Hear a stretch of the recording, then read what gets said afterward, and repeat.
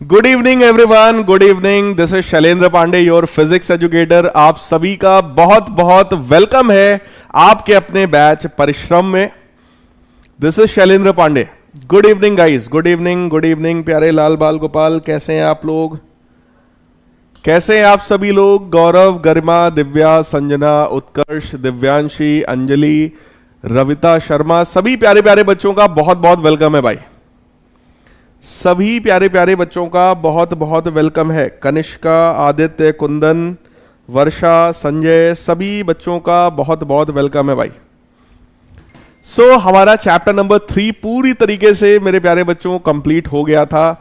मैंने आप लोगों को प्रीवियस लेक्चर में एनसीईआरटी के जो क्वेश्चंस थे उसकी भी बात मैंने आपसे कर ली है, आपको क्वेश्चंस भी करवा दिया है। आज के सेशन में हम लोग क्या करने वाले हैं, पूरे चैप्टर का एक वन शॉट रिवीजन। कैसे आप लोग भाई, पढ़ाई लिखाई कैसी चल रही है? और सब लोग जरा कमेंट करके बता दें, क्या फिजिक्स में चैप्टर 1 जो मैंने आपको पढ़ाया था, चैप्टर 2 जो मैंने आपको पढ़ाया था, क्या वो 100% आप लोगों का प्रिपेयर हो गया है भाई? जल्दी से बेटा कमेंट करके सब लोग बता दीजिए, क्या चैप्टर 1 और चैप्टर 2 100% बढ़िया से प्रिपेयर हो गया है आप लोगों का? चैट चल नहीं रही है भाई।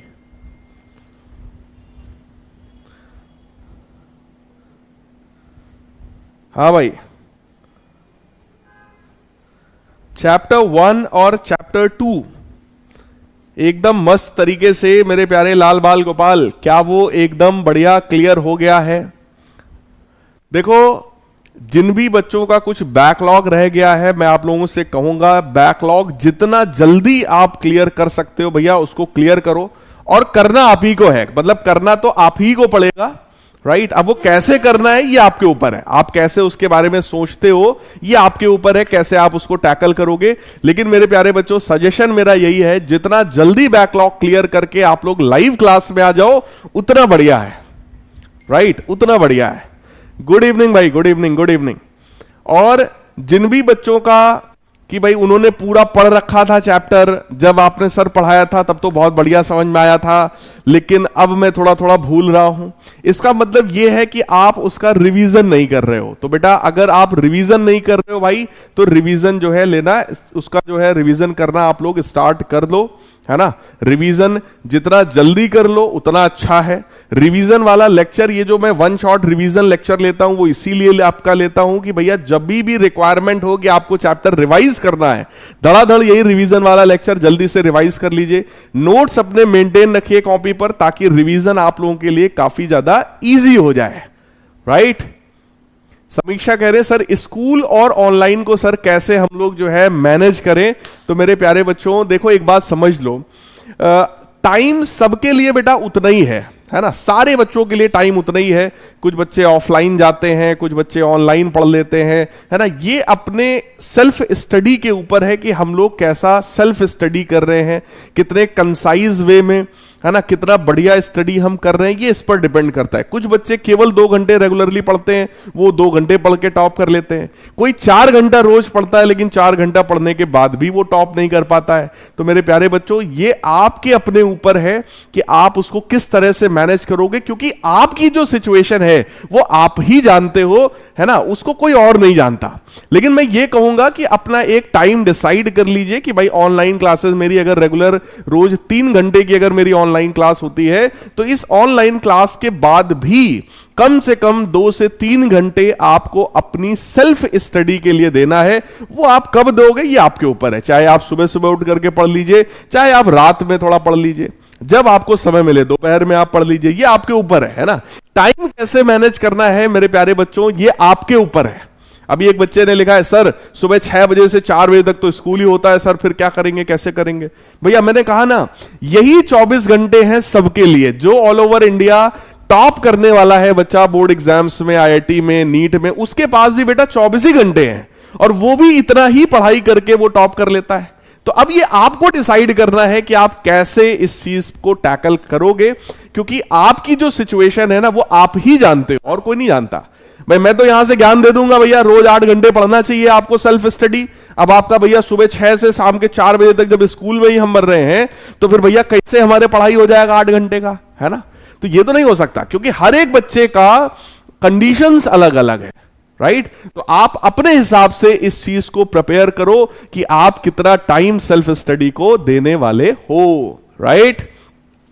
सो मेरे प्यारे लाल बाल गोपाल, आ जाइए हम लोग अपने आज के इस सेशन को स्टार्ट करते हैं, यानी कि अपने इस क्विक रिवीजन वाले सेशन की स्टार्टिंग करते हैं। तो आज क्या करना है भैया, चैप्टर नंबर 3 का वन शॉट क्विक रिवीजन करना है। सारी की सारी चीजें हम लोग जो है यहां पर इस चैप्टर की रिवाइज करने वाले हैं, और इस चैप्टर के सिलेबस में मैंने आपको दे दिया है भैया, ये सारी चीजें हैं जो सीबीएसई के सिलेबस में है, राइट?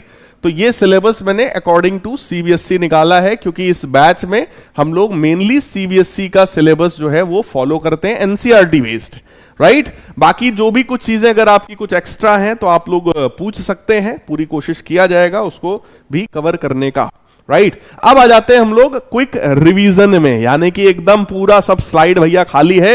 एक एक चीज मेरे प्यारे लाल बाल गोपाल मैं आपको लिख लिख करके समझाने वाला हूं। सिर्फ आप लोग जो है ध्यान से मेरी बातों को अगर सुनेंगे तो 110% ये लेक्चर में आपका पूरा जो चैप्टर 3 है वो अच्छे से बेटा रिवाइज हो जाएगा, राइट? चलिए अब हम लोग आगे की बात करते हैं, राइट? देखो भाई, अभी एक बच्चे ने लिखा है सर ड्रिफ्ट वेलोसिटी का फॉर्मूला उस बुक में थोड़ा सा अलग दिया हुआ है। मैं आपको बताना चाहूंगा उस बुक में यही एक ही दो गलतियां हैं बेटा, उस बुक में यही एक ही दो गलतियां हैं। हो सकता है आपके पास कोई पुराना एडिशन का बुक हो, उसमें आपने देखा हो, तो परेशान मत हो, जो मैंने बताया है उसको आप फॉर्मूले को यूज करिएगा। चलिए अब हम लोग बात करते हैं भैया अपने इस चैप्टर की, चैप्टर नंबर 3। तो बेटा चैप्टर नंबर 3 का नाम था करंट इलेक्ट्रिसिटी, यानी कि इस चैप्टर की शुरुआत होती है जहां पर हम स्टार्टिंग में ही आपसे बात करते हैं इलेक्ट्रिक करंट का, कि सर आखिर इलेक्ट्रिक करंट क्या होता है। तो इलेक्ट्रिक करंट का बेटा सिंपल सा मतलब था rate of flow of charge. किसी भी सर्किट में अगर चार्ज फ्लो हो रहा है तो उस सर्किट में एक प्रॉपर्टी क्रिएट होती है जिसका नाम है इलेक्ट्रिक करंट। अगर कोई पॉजिटिव चार्ज है, राइट साइड जा रहा है, तो हम करंट को भी राइट साइड ही मानेंगे। लेकिन अगर वो निगेटिव चार्ज है, अगर वो इलेक्ट्रॉन है और वो लेफ्ट साइड में जा रहा है, तब हम लोग बेटा करंट को राइट साइड में मानेंगे। यानी करंट का जो डायरेक्शन है पॉजिटिव चार्ज की डायरेक्शन में हम लोग मान सकते हैं, लेकिन निगेटिव चार्ज के अपोजिट डायरेक्शन में करंट को माना जाता है, राइट? अब करंट के अगर हम लोग फॉर्मूले की बात कर लें तो करंट का फॉर्मूला होता है delta Q upon delta T, यानी कि total charge phloem upon total time taken. ये फॉर्मूला एवरेज करंट का भी हो सकता है, लेकिन अगर आपको इंस्टेंटेनियस करंट चाहिए, किसी मूवमेंट पर आपको करंट की वैल्यू चाहिए, तो आपको वहां पर फॉर्मूला यूज करना चाहिए D Q by D T. तो ये दो फॉर्मूले हमारे पास करंट के होते हैं, एवरेज करंट और हमारा इंस्टेंटेनियस करंट। सभी लोग बात को बहुत ध्यान से सुनेंगे, हर एक चीज एकदम क्रिस्टल क्लियर आपको समझ में आएगी। अब बात करते हैं कि सर इलेक्ट्रिक करंट जो होता है उसके कितने टाइप्स हो सकते हैं। तो बेटा इलेक्ट्रिक करंट की अगर मैं बात करूं तो इलेक्ट्रिक करंट आपका दो तरीके का हो सकता है। सबसे पहला है डीसी यानी कि डायरेक्ट करंट, और दूसरा है एसी यानी कि ऑल्टरनेटिंग करंट। ऑल्टरनेटिंग करंट को ही इनडायरेक्ट करंट भी कहते हैं हम लोग। This is also termed as indirect current, और इसको हम लोग कहते हैं डायरेक्ट करंट। देखो किसी भी डायरेक्ट करंट में दो खास प्रॉपर्टी होती है कि पहली बात तो ये करंट हमारा कांस्टेंट नेचर का होता है, और ये करंट हमारा यूनी डायरेक्शनल होता है, यानी कि सिंगल डायरेक्शन में ये करंट हमारा फ्लो करता है, राइट? जबकि हम लोग ऑल्टरनेटिंग करंट की अगर हम लोग बात करेंगे तो ये सबसे पहली बात तो ये एक फ्लक्चुएटिंग करंट होता है, यानी कि ऑल्टरनेटिंग करंट की जो वैल्यू है वो हर मूवमेंट पर चेंज होती रहती है, और साथ ही साथ ये हमारा बाई डायरेक्शनल होता है, यानी कि इसमें दो डायरेक्शंस की हम लोग बात करते हैं, दो डायरेक्शन पॉजिटिव नेगेटिव दोनों डायरेक्शंस में ऑल्टरनेटिंग करंट हमारा फ्लो करता है। अगर मैं ग्राफ की बात करूं आपसे, यहां पर देखो टाइम है, यहां पर करंट है। अगर ग्राफ ऐसा बना हुआ है बेटा कांस्टेंट करंट है तो ये हमारा डायरेक्ट करंट है। लेकिन मेरे प्यारे बच्चों अगर ग्राफ कभी आपको इस तरीके से देखने को मिल जाए तो ये समझ जाइएगा कि ये हमारा ऑल्टरनेटिंग करंट का ग्राफ है, राइट? ये करंट और टाइम का मैंने ग्राफ बना रखा है। अगर कुछ इस तरीके से है, पॉजिटिव भी हो सकता है, नेगेटिव भी हो सकता है, तो आप ये वाला बनाओगे। अगर कांस्टेंट करंट की बात कर देंगे तो डीसी करंट की बात करेंगे तो इस तरीके से हम लोग ग्राफ बनाकर दिखाएंगे। देखो इस ग्राफ के बेसिस पर हम लोग चार्ज की वैल्यू भी निकाल सकते हैं। जैसे आपसे कभी क्वेश्चन पूछा जा सकता है कि 0 से लेकर के भैया ये 4 सेकंड है, जरा बता दो 0 से 4 सेकंड में आखिर कितना चार्ज फ्लो कर गया, है ना। तो यहां पर आप ये भी देख सकते हो कि चार्ज को बेटा हम लोग लिख सकते हैं integration of I D T, यानी कि एरिया अंडर द ग्राफ। इस ग्राफ के नीचे का ये जो एरिया है, ये एरिया ही हमको जो है चार्ज के बारे में बताएगा। तो चार्ज को हम लोग integration of I D T ऐसा भी लिख सकते हैं। बाकी आप लिमिट भी लगा सकते हो 0 से लेकर 4 तक according to this situation, right. यहां पर भी मेरे प्यारे बच्चों हम लोग निकाल सकते हैं भाई, इधर का एरिया निकालेंगे, इधर का एरिया निकालेंगे, ऊपर वाला एरिया पॉजिटिव है, नीचे वाला एरिया नेगेटिव है। कुछ इस तरीके से हम लोग जो है चार्ज को कैलकुलेट कर सकते हैं अगर हमसे कभी भी पूछा जाएगा तो, राइट। तो ये हो गया इलेक्ट्रिक करंट के टाइप्स। इलेक्ट्रिक करंट की अगर मैं यूनिट के बारे में आपसे बात करूं तो भैया इलेक्ट्रिक करंट का जो यूनिट है that is basically coulomb per second, और इसी कूलम पर सेकंड को ही हम लोग एम्पियर भी कहते हैं। तो बड़ा फेमस है कि भैया करंट का यूनिट जो है वो एम्पियर है, आप सभी को पता होगा, इसमें कोई बड़ी बात नहीं है, right.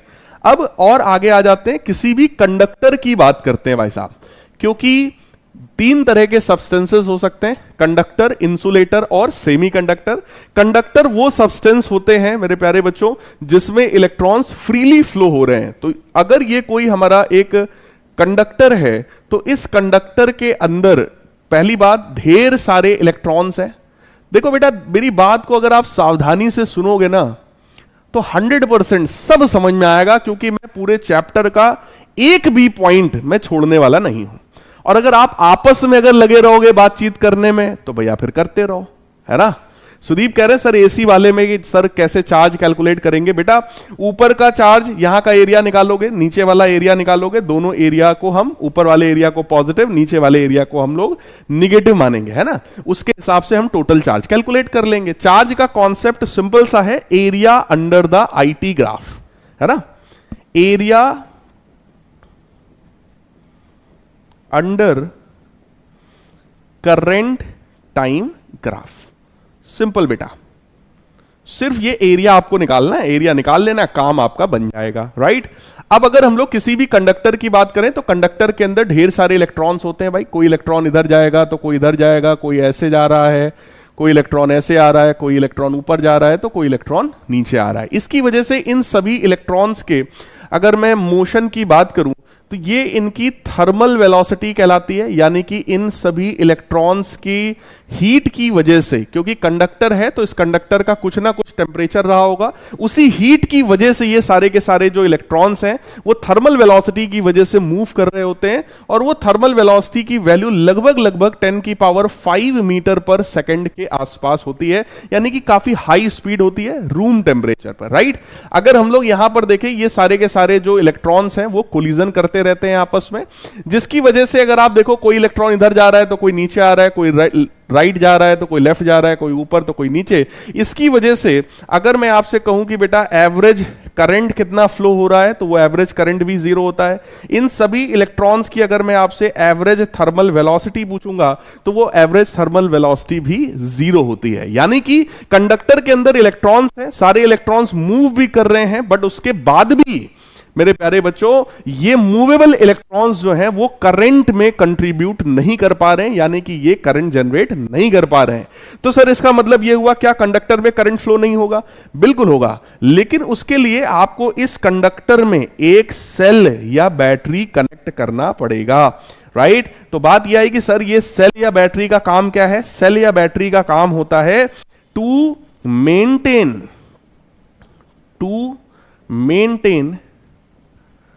Constant potential difference. Constant potential difference maintain करना ही बेटा इसका काम है ना, to maintain constant potential difference, ये इसका जो है वो काम है ना। इसने क्या किया, इधर प्लस है इधर माइनस है, तो इसने बेटा एक तरफ पॉजिटिव पोटेंशियल क्रिएट किया, दूसरी तरफ निगेटिव पोटेंशियल क्रिएट किया, जिसकी वजह से दोनों एंड्स के अक्रॉस एक पोटेंशियल डिफरेंस हो गया, राइट? कितने लोगों को भाई बात एकदम धड़ाधड़ समझ में आ रही है? जल्दी से हार्ड स्पैम करके मेरे को बता दीजिए। तो हार्ड स्पैम करके बता दीजिए अगर बात एकदम क्रिस्टल क्लियर समझ में आ रही है तो।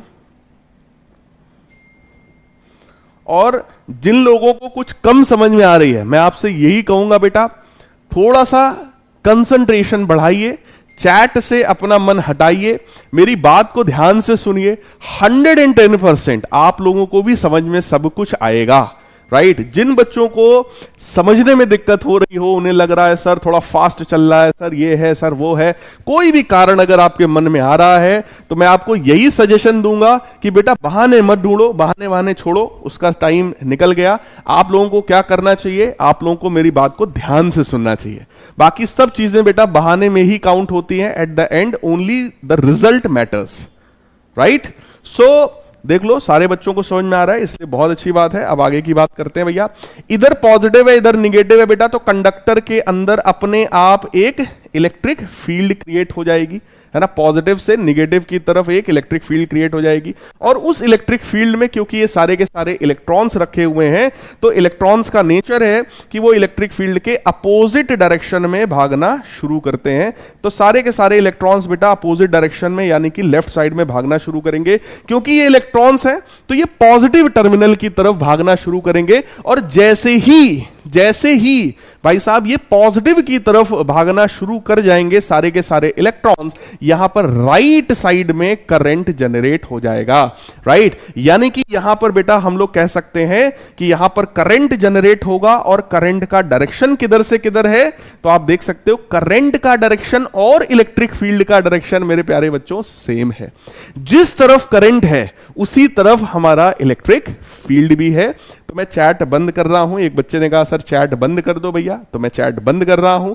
सभी लोग बस बात को ध्यान से सुनते चले जाओ, धड़ाधड़ सब क्लियर होता चला जाएगा, राइट? तो current is having same direction as the direction of the electric field, है ना? तो इस डायरेक्शन में बेटा करंट जो है वो फ्लो करना शुरू कर जाता है। अब क्योंकि यहां पर ढेर सारे इलेक्ट्रॉन्स हैं, सारे के सारे इलेक्ट्रॉन्स लेफ्ट साइड में मूव कर रहे हैं, इसकी वजह से इन इलेक्ट्रॉन्स में क्या होता है? कोलिजन होता है। इन इलेक्ट्रॉन्स का कोलिजन होने लगता है। उस कोलिजन की वजह से इन इलेक्ट्रॉन्स की जो स्पीड बढ़नी चाहिए थी वो भाई साहब बढ़ नहीं पाती है। अब बात आई कि सर उन सारे के सारे इलेक्ट्रॉन्स पर जो फोर्स लग रहा था वो ई के बराबर है। कोई भी फोर्स जो है वो ma के बराबर होता है, न्यूटन साहब का सेकंड लॉ है। यहां से एक्सेलरेशन की वैल्यू निकल करके आती है बेटा E/m, राइट? तो ये एक्सेलरेशन जनरली क्या करता है? एक्सेलरेशन किसी भी ऑब्जेक्ट की स्पीड को बढ़ाने का काम करता है। बट ड्यू टू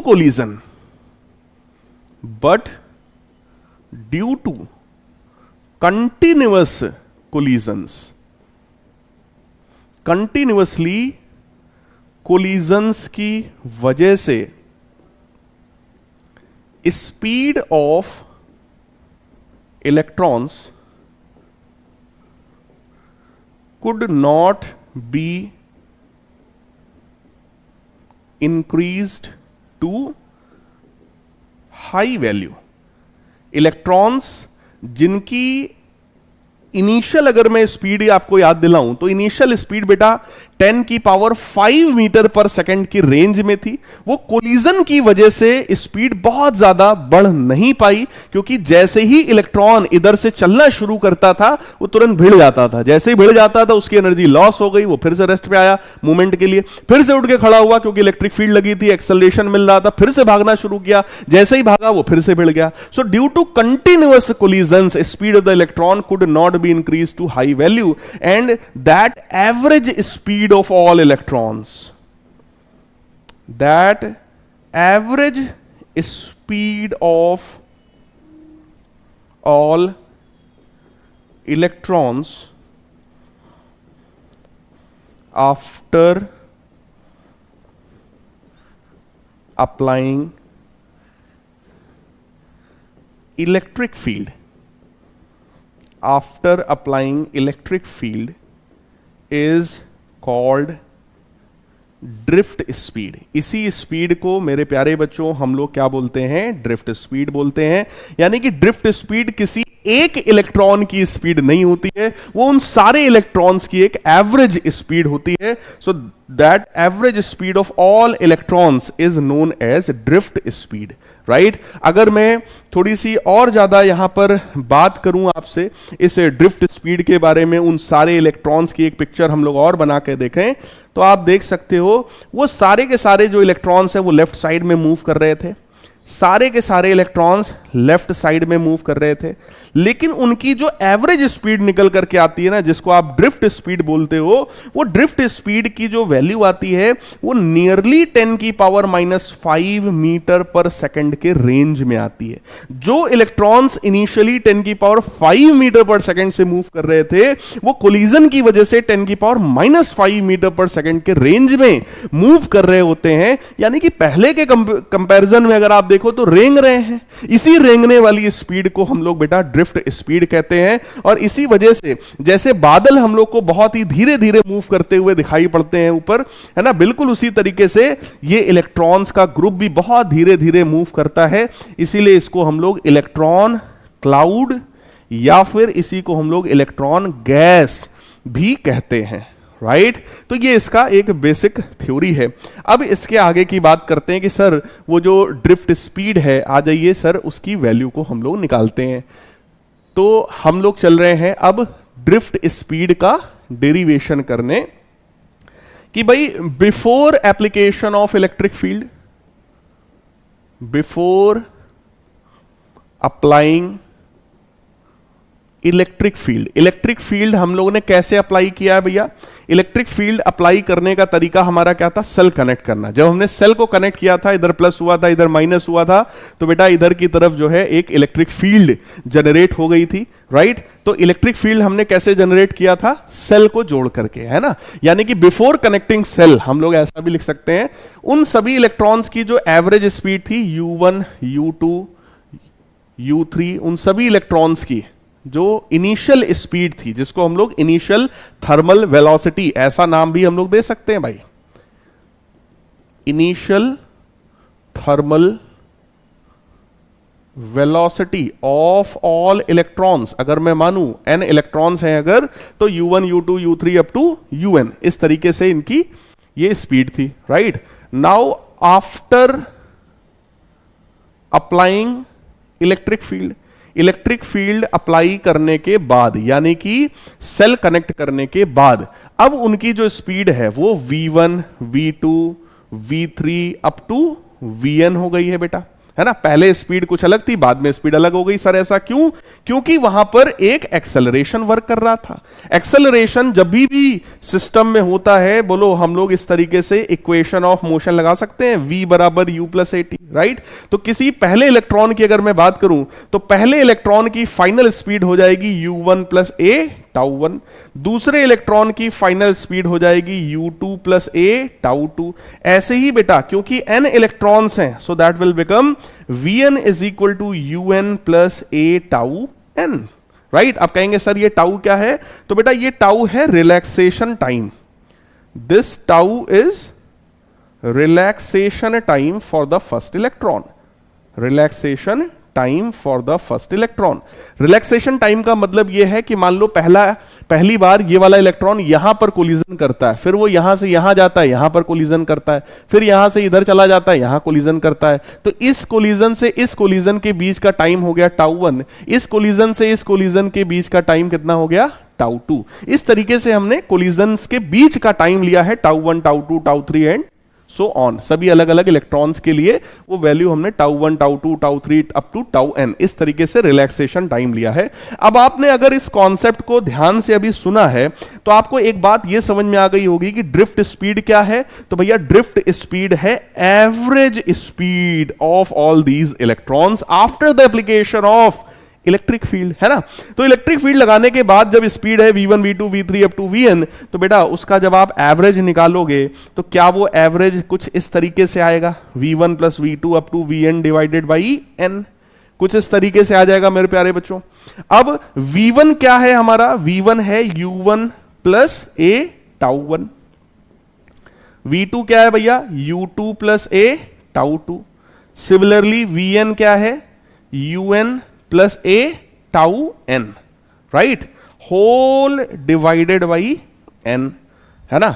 अब इसमें भी आप देख सकते हो u1 वाले सारे टर्म्स में यहां पर एक तरफ कर रहा हूं, तो vd आपका बन जाएगा u1, मतलब u वाले सारे टर्म्स बेटा एक तरफ हम लोग कर रहे हैं, तो u1 plus u2 plus u3 and so on up to un, सारे टर्म्स एक साथ divided by n, plus a common दिख रहा है सभी में, तो a को आप कॉमन कर लीजिए, tau 1 plus tau 2 up to tau n whole divided by n, ऐसा भी हम लोग लिख सकते हैं। तो ये आपका क्या बन गया, this is initial average thermal velocity plus a times this is now average relaxation time, है ना, यही तो हो गया ना, एवरेज रिलैक्सेशन टाइम। तो भैया इनिशियल थर्मल वेलोसिटी तो जीरो होती है, एक्सेलरेशन की वैल्यू थी ई बाई एम, और एवरेज रिलैक्सेशन टाइम को हम लोग टाउ लिख सकते हैं, फिलहाल मैं इसको टाउ एवरेज ही लिखा रहने दे रहा हूं। तो ड्रिफ्ट वेलोसिटी की वैल्यू बेटा कितनी निकल करके आई, E by M into tau, जहां पर ये टाउ का नाम क्या है, this tau can be written as mean relaxation time, mean relaxation time, या फिर इसी को आप एवरेज रिलैक्सेशन टाइम भी कह सकते हो, है ना। यहां से आप लोग देख सकते हो कि जो ड्रिफ्ट स्पीड होती है इलेक्ट्रॉन्स की वो किन किन चीजों पर डिपेंड करती है। तो भैया ड्रिफ्ट स्पीड पहली बात तो प्रोपोर्शनल होती है इलेक्ट्रिक फील्ड के, जितना स्ट्रॉन्ग इलेक्ट्रिक फील्ड होगा ये ड्रिफ्ट स्पीड कंपैरेटिवली बढ़ती चली जाएगी। Similarly this drift speed is directly proportional to relaxation time also, relaxation time बढ़ेगा तो भी ये ड्रिफ्ट स्पीड जो है आपकी जो है बढ़ रही होगी, राइट। अब आगे की बात थोड़ी सी हम लोग और करते हैं, यहीं पर एक छोटा सा टर्म और आता है जिसका नाम है मोबिलिटी, और मोबिलिटी को हम लोग म्यू से डिनोट करते हैं। मोबिलिटी का मतलब होता है drift speed per unit electric field, drift speed और इलेक्ट्रिक फील्ड का जो रेशियो होता है उसी को मोबिलिटी बोलते हैं। और यहां से देखो अगर इस इलेक्ट्रिक फील्ड को लेफ्ट साइड में भेजोगे तो ये आपका बन जाएगा E tau by m, right. तो मोबिलिटी का फॉर्मूला आपके सामने आ गया, E tau by m. So mobility is directly proportional to relaxation time, mobility जो है वो रिलैक्सेशन टाइम के डायरेक्टली प्रोपोर्शनल है। तो अभी मैंने आपको क्या बताया, सबसे पहले मैंने कंडक्टर की बेसिक प्रॉपर्टीज थ्योरी आपको बताया, फिर मैंने ड्रिफ्ट स्पीड का आपको डेरिवेशन कराया है, that is E by M into tau, और फिर मोबिलिटी के बारे में बताया है। एक बार जल्दी से हार्ड स्पैम करके मेरे को बता दो कि क्या ये सारी चीजें एकदम चकाचक क्लियर है भाई, एकदम चकाचक क्लियर है भाई। जल्दी से हार्ड स्पैम करके सभी लोग भैया बात को बता दो, हमें जल्दी से बता दो जरा। तो सुनते ही दौड़े चले आए मोहन, लगाया गले से सुदामा को मोहन, लगाया गले से सुदामा को मोहन। क्यों भाई, हाँ यस, बहुत बढ़िया। मोबिलिटी का मतलब होता है बेटा drift speed per unit electric field, है ना, drift speed divided by electric field, इसी को ई टाउ बाई एम भी हम लोग लिख सकते हैं। मोबिलिटी ये रिप्रेजेंट करता है कि उस कंडक्टर में इलेक्ट्रॉन्स कितना इजीली मूव कर रहा है, राइट। इलेक्ट्रॉन कितना ज्यादा इजीली मूव कर सकता है किसी भी एक कंडक्टर के अंदर, that is known as mobility, right है। ठीक, राधे राधे है भाई, राधे राधे है। चलिए, सो चैट को करते हैं बंद और हम लोग थोड़ा सा और आगे बढ़ते हैं, राइट। अब भैया ड्रिफ्ट स्पीड की बात आ गई है तो अब हम लोग एक बहुत ही इंपॉर्टेंट डेरिवेशन की तरफ चलते हैं इस चैप्टर के, one of the most important derivation, that is relation between current and drift speed. Current को आई से लिख रहे हैं और ड्रिफ्ट स्पीड को बेटा वीडी से हम लोग रिप्रेजेंट कर रहे हैं, इन दोनों के बीच का रिलेशन।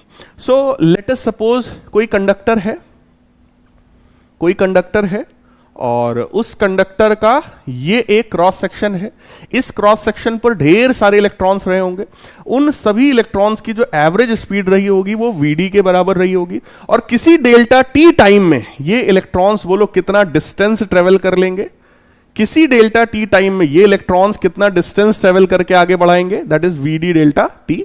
लेट अस सपोज इस कंडक्टर के अंदर small n number of electrons per unit volume है, number of electrons per unit volume है, राइट। सो आप देख सकते हो कि भैया यहां से ढेर सारे इलेक्ट्रॉन्स इधर की तरफ आ रहे हैं और उन्हें डेल्टा टी का टाइम लग रहा है। तो डिस्टेंस कितना ट्रेवल हो गया बेटा, V D into delta T के बराबर। क्योंकि हमें करंट की बात करनी है, यानी हमें चार्ज की बात करनी है, चार्ज क्यू बराबर एन ई होता है, यानी कि हमें नंबर ऑफ इलेक्ट्रॉन्स की बात करनी है। क्योंकि स्मॉल एन का मतलब है number of electrons, total number of electrons divided by volume of the conductor. तो let us suppose length of conductor तो आपके सामने ही है, अगर मैं क्रॉस सेक्शनल एरिया इसका ए मान लूं तो बेटा यहां से देखो टोटल नंबर ऑफ इलेक्ट्रॉन्स हमारे कितने मिल जाएंगे, स्मॉल एन इंटू वॉल्यूम। और वॉल्यूम इसका कितना है भैया, एरिया इंटू लेंथ, और लेंथ कितना है बेटा, V D into delta T. यानी कि this is total number of electrons कि इस कंडक्टर के अंदर भाई साहब कितने इलेक्ट्रॉन्स भरे हुए हैं, तो इतने सारे इलेक्ट्रॉन्स हैं इसके अंदर। Now total charge of these electrons अगर मैं आपसे बात करूं तो चार्ज का फॉर्मूला होता है Q बराबर एन ई। तो आप कहोगे total charge Q is equal to this n multiplied by E, तो ये बन जाएगा N E A we D into delta T, right. ये टोटल चार्ज है। इस डेल्टा टी को अगर मैं लेफ्ट साइड में ले आऊंगा यानी डिनोमिनेटर में ले आऊंगा तो ये आपका बन जाएगा Q by delta T is equal to N E A we D.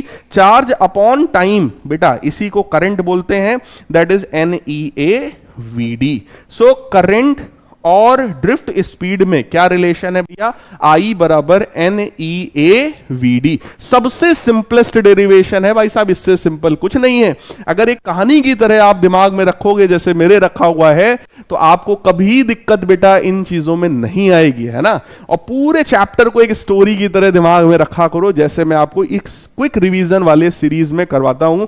एक एक पॉइंट देखो, सब कुछ पढ़ाते चले जा रहे हैं और कुछ भी मिस नहीं होगा। बिल्कुल इसी तरीके से आपको भी जो है सोचना चाहिए, राइट। तो ये आ गया भैया। इसी में एक छोटा सा टर्म और आता है यहां पर, and that term is current density. Current density का बेटा सिंपल सा मतलब होता है current flowing per unit cross sectional area. J से डिनोट करते हैं, that is current flowing per unit area. तो यहां से करंट की वैल्यू हमें मिल जाती है, दैट इज जे इंटू ए। और अगर मैं इसी को वेक्टर के फॉर्म में ले आऊं तो करंट डेंसिटी एक वेक्टर क्वांटिटी है, एरिया भी वेक्टर क्वांटिटी है। तो करंट डेंसिटी और एरिया के डॉट प्रोडक्ट को ही हम लोग करंट के रूप में डिफाइन करते हैं। ये जो करंट डेंसिटी है, इस करंट डेंसिटी का जो डायरेक्शन है, current density has same direction as current. जो करंट का डायरेक्शन है या जो इलेक्ट्रिक फील्ड का डायरेक्शन है या जो एरिया का डायरेक्शन है भाई साहब, वही डायरेक्शन हमारा जो है वो इस करंट डेंसिटी का होता है, राइट। अगर कोई कंडक्टर है इस तरीके का, ये कंडक्टर है मान लो, और इस कंडक्टर में आप मान के चलो आई करंट ऐसे फ्लो हो रहा है, ये इसका क्रॉस सेक्शनल एरिया है। तो अगर मैं आपसे कहूं बेटा एरिया वेक्टर किधर है, तो एरिया वेक्टर हमेशा परपेंडिकुलरली आउटवर्ड्स होता है, राइट। तो करंट डेंसिटी का डायरेक्शन भी बेटा यही है। Current density also has same direction as the direction of area vector, right. तो जो एरिया वेक्टर का डायरेक्शन है, जो करंट का डायरेक्शन है भाई साहब, वही डायरेक्शन हमारा करंट डेंसिटी का भी होता है। तो ये तो बेसिक चीज हो गई। अब बात करते हैं कि सर इस वाले फॉर्मूले में अगर हमसे कभी भी करंट डेंसिटी और ड्रिफ्ट स्पीड में रिलेशन पूछेगा सर, तब फिर क्या करेंगे हम लोग। तो बेटा करंट डेंसिटी जो होता है J, that J is equal to I upon A. I की वैल्यू होती है N E A we d divided by A से ए आपका कैंसिल हो जाएगा। तो जे की वैल्यू कितनी आ जाएगी मेरे प्यारे लाल बाल गोपाल, that is N E V D, right है। एन ई वी डी देख सकते हैं भाई साहब आप लोग, है ना, एन ई वी डी। ये हमारा फॉर्मूला निकल करके आया करंट डेंसिटी और ड्रिफ्ट स्पीड में रिलेशन, राइट। अब थोड़ा सा हम लोग और आगे बढ़ रहे हैं और इन दो फॉर्मूले को कंबाइन करके देख रहे हैं कि आखिर हमें कौन सा एक इंपॉर्टेंट लॉ मिल रहा है। तो हमने दो फॉर्मूले अभी तक पढ़े। सबसे पहला फॉर्मूला था ड्रिफ्ट स्पीड का derivation, that is E by M into tau. दूसरा रिलेशन था आई बराबर एन ई ए वीडी के बराबर।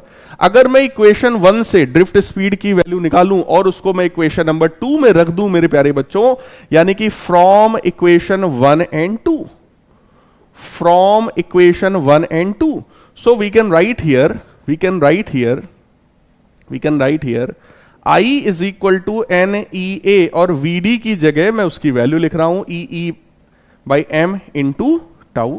सो I is equal to N E square A tau by M into ई।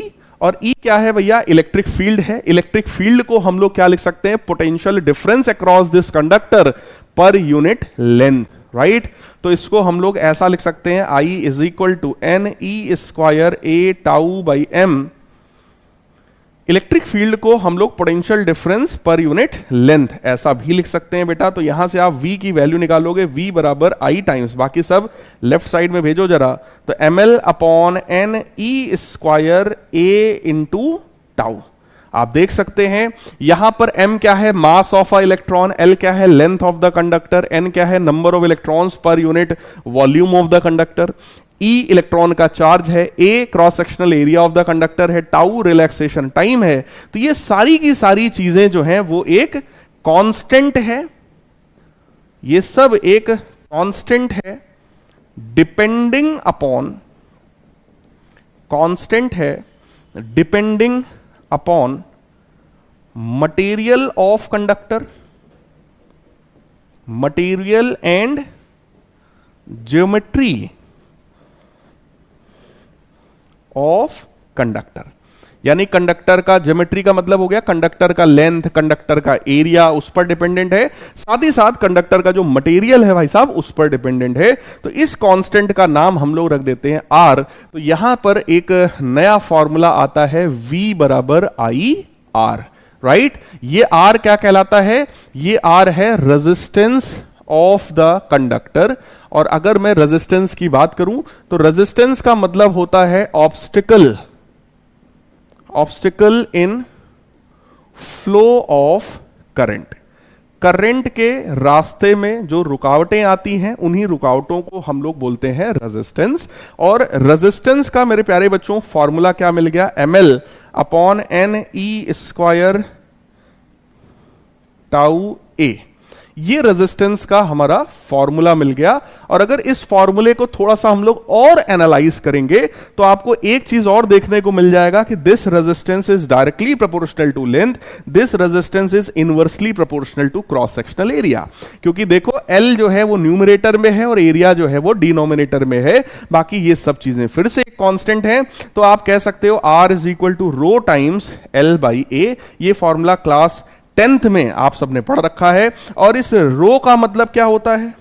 ये रो का मतलब होता है रेजिस्टिविटी, रो का मतलब होता है रेजिस्टिविटी और स्पेसिफिक, रेजिस्टिविटी और स्पेसिफिक रेजिस्टेंस भी हम लोग इसको बोल सकते हैं, ऐसा है ना, रेजिस्टिविटी और स्पेसिफिक रेजिस्टेंस। थोड़ा सा इन चीजों को, क्योंकि बोर्ड एकदम भर गया है हमारा, तो थोड़ा सा मैं इधर ले आता हूं। R is equal to rho L by A। ये जो रो था इसी रो को हम लोगों ने क्या नाम दिया? That is resistivity. और अगर आप ध्यान से देखो, ध्यान से देखो, इस L और इस A के अलावा ये जो कुछ भी है, ये जो कुछ भी है यही तो है बेटा रेजिस्टिविटी। यानी कि रेजिस्टिविटी की वैल्यू कितनी निकल करके आई? M अपॉन, रेजिस्टिविटी की वैल्यू कितनी निकल करके आई? M upon N E square tau. और ध्यान से देखो, रेजिस्टिविटी जो है मेरे प्यारे बच्चों वो मास ऑफ इलेक्ट्रॉन पर डिपेंडेंट है जो कि हमेशा कांस्टेंट है, चार्ज ऑफ इलेक्ट्रॉन पर डिपेंडेंट है जो कि हमेशा कांस्टेंट है, number of electrons per unit volume और रिलैक्सेशन टाइम पर डिपेंडेंट है जो कि मटेरियल की प्रॉपर्टी है। So resistivity is also a constant depending upon, resistivity एक कांस्टेंट है जो कि किस पर डिपेंड करता है, only on the material of conductor, material पर डिपेंड करता है मेरे प्यारे बच्चों, है ना। किसी भी कंडक्टर के मटेरियल पर डिपेंड कौन करता है, रेजिस्टिविटी। जबकि रेजिस्टेंस की अगर मैं बात करूं तो रेजिस्टेंस जो है वो मटेरियल पर भी डिपेंड करता है, साथ ही साथ ज्योमेट्री पर भी डिपेंड करता है। और ये दोनों ही चीजें, चाहे रेजिस्टेंस हो या रेजिस्टिविटी हो, ये दोनों ही टेम्परेचर पर डिपेंड करते हैं, depends on temperature, depends on temperature. ये दोनों ही मेरे प्यारे बच्चों टेम्परेचर पर डिपेंड करते हैं, क्योंकि अगर आप कंडक्टर में टेम्परेचर को बढ़ाओगे तो सोचो कोलिजन बढ़ जाएगा। कोलिजन बढ़ जाने का मतलब, अगर टेक्निकल टर्म में मैं बात करूं तो कोलिजन की जो फ्रीक्वेंसी है वो बढ़ जाएगी। कोलिजन बार बार अगर हो रहा होगा तो जो रिलैक्सेशन टाइम है बेटा वो कम हो जाएगा, और अगर ये रिलैक्सेशन टाइम कम हो गया तो बोलो ये रेजिस्टिविटी जो है वो बढ़ जाएगी, और रेजिस्टिविटी बढ़ जाएगी तो रेजिस्टेंस अपने आप जो है वो बढ़ जाएगा, राइट। तो ये पूरी की पूरी जो है, ये पूरा का पूरा समझ लो पिक्चर है कि अगर टेम्परेचर हमने बढ़ाया तो आखिर कंडक्टर में होता क्या है।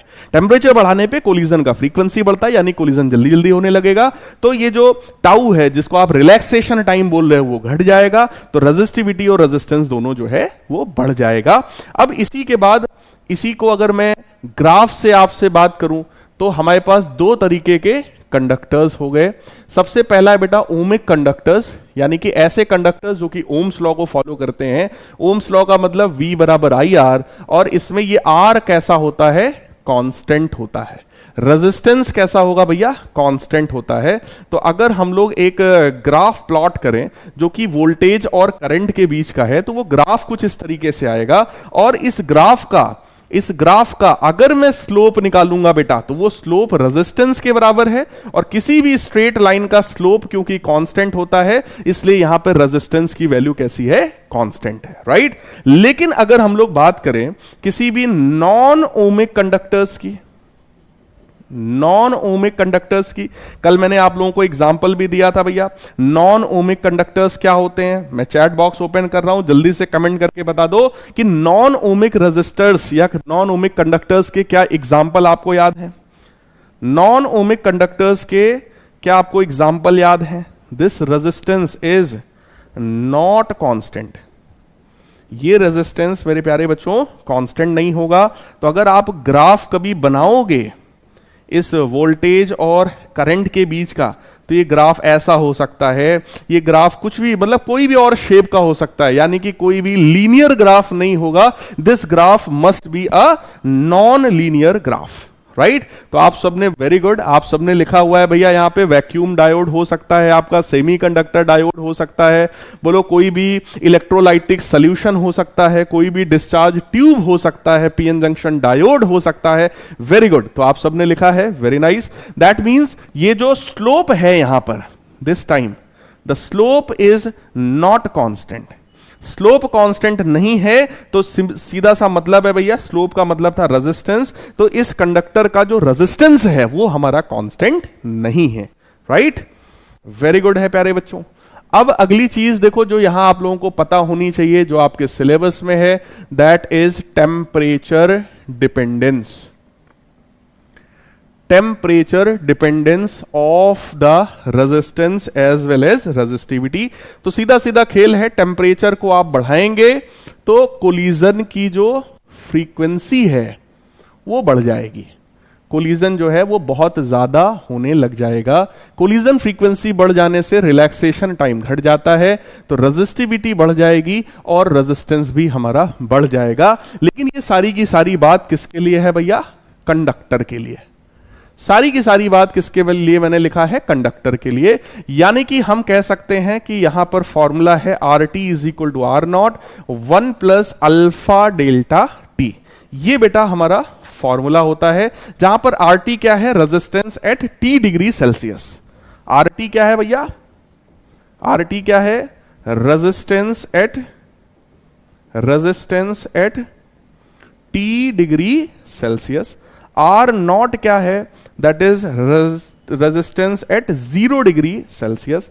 अल्फा का मतलब क्या हो गया? Temperature coefficient of resistance, temperature coefficient of resistance. और मेरे प्यारे लाल बाल गोपाल, डेल्टा टी का मतलब क्या हो गया? Change in temperature. Change in temperature चाहे आप डिग्री सेल्सियस में निकालो या आप केल्विन में निकालो, आपके ऊपर है, क्योंकि वैल्यू दोनों की बेटा सेम आती है ना। किसी भी कंडक्टर के केस में अल्फा जो है वो पॉजिटिव होता है। अब बात करते हैं सर फिर सेमी कंडक्टर के केस में क्या हो जाएगा sir?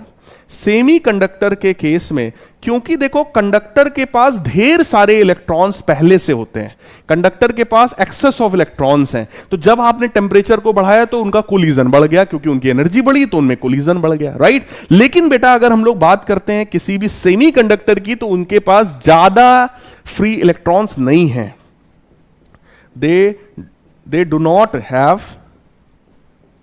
Access of free electrons, excess of free electrons. इनके पास ढेर सारे फ्री इलेक्ट्रॉन्स भैया है ही नहीं। तो जब आप इनमें टेम्परेचर को बढ़ाते हो, टेम्परेचर को बढ़ाने से क्या होता है बेटा? सिस्टम की हीट बढ़ती है। जब हीट बढ़ती है तो बॉन्ड्स ब्रेक होते हैं, बॉन्ड्स ब्रेकिंग बढ़ती है। बॉन्ड्स अगर ब्रेक होते हैं तो यहां पर फ्री इलेक्ट्रॉन्स बढ़ते हैं, राइट। यहां पर मैकेनिज्म अलग है, फ्री इलेक्ट्रॉन्स बढ़ते हैं, राइट।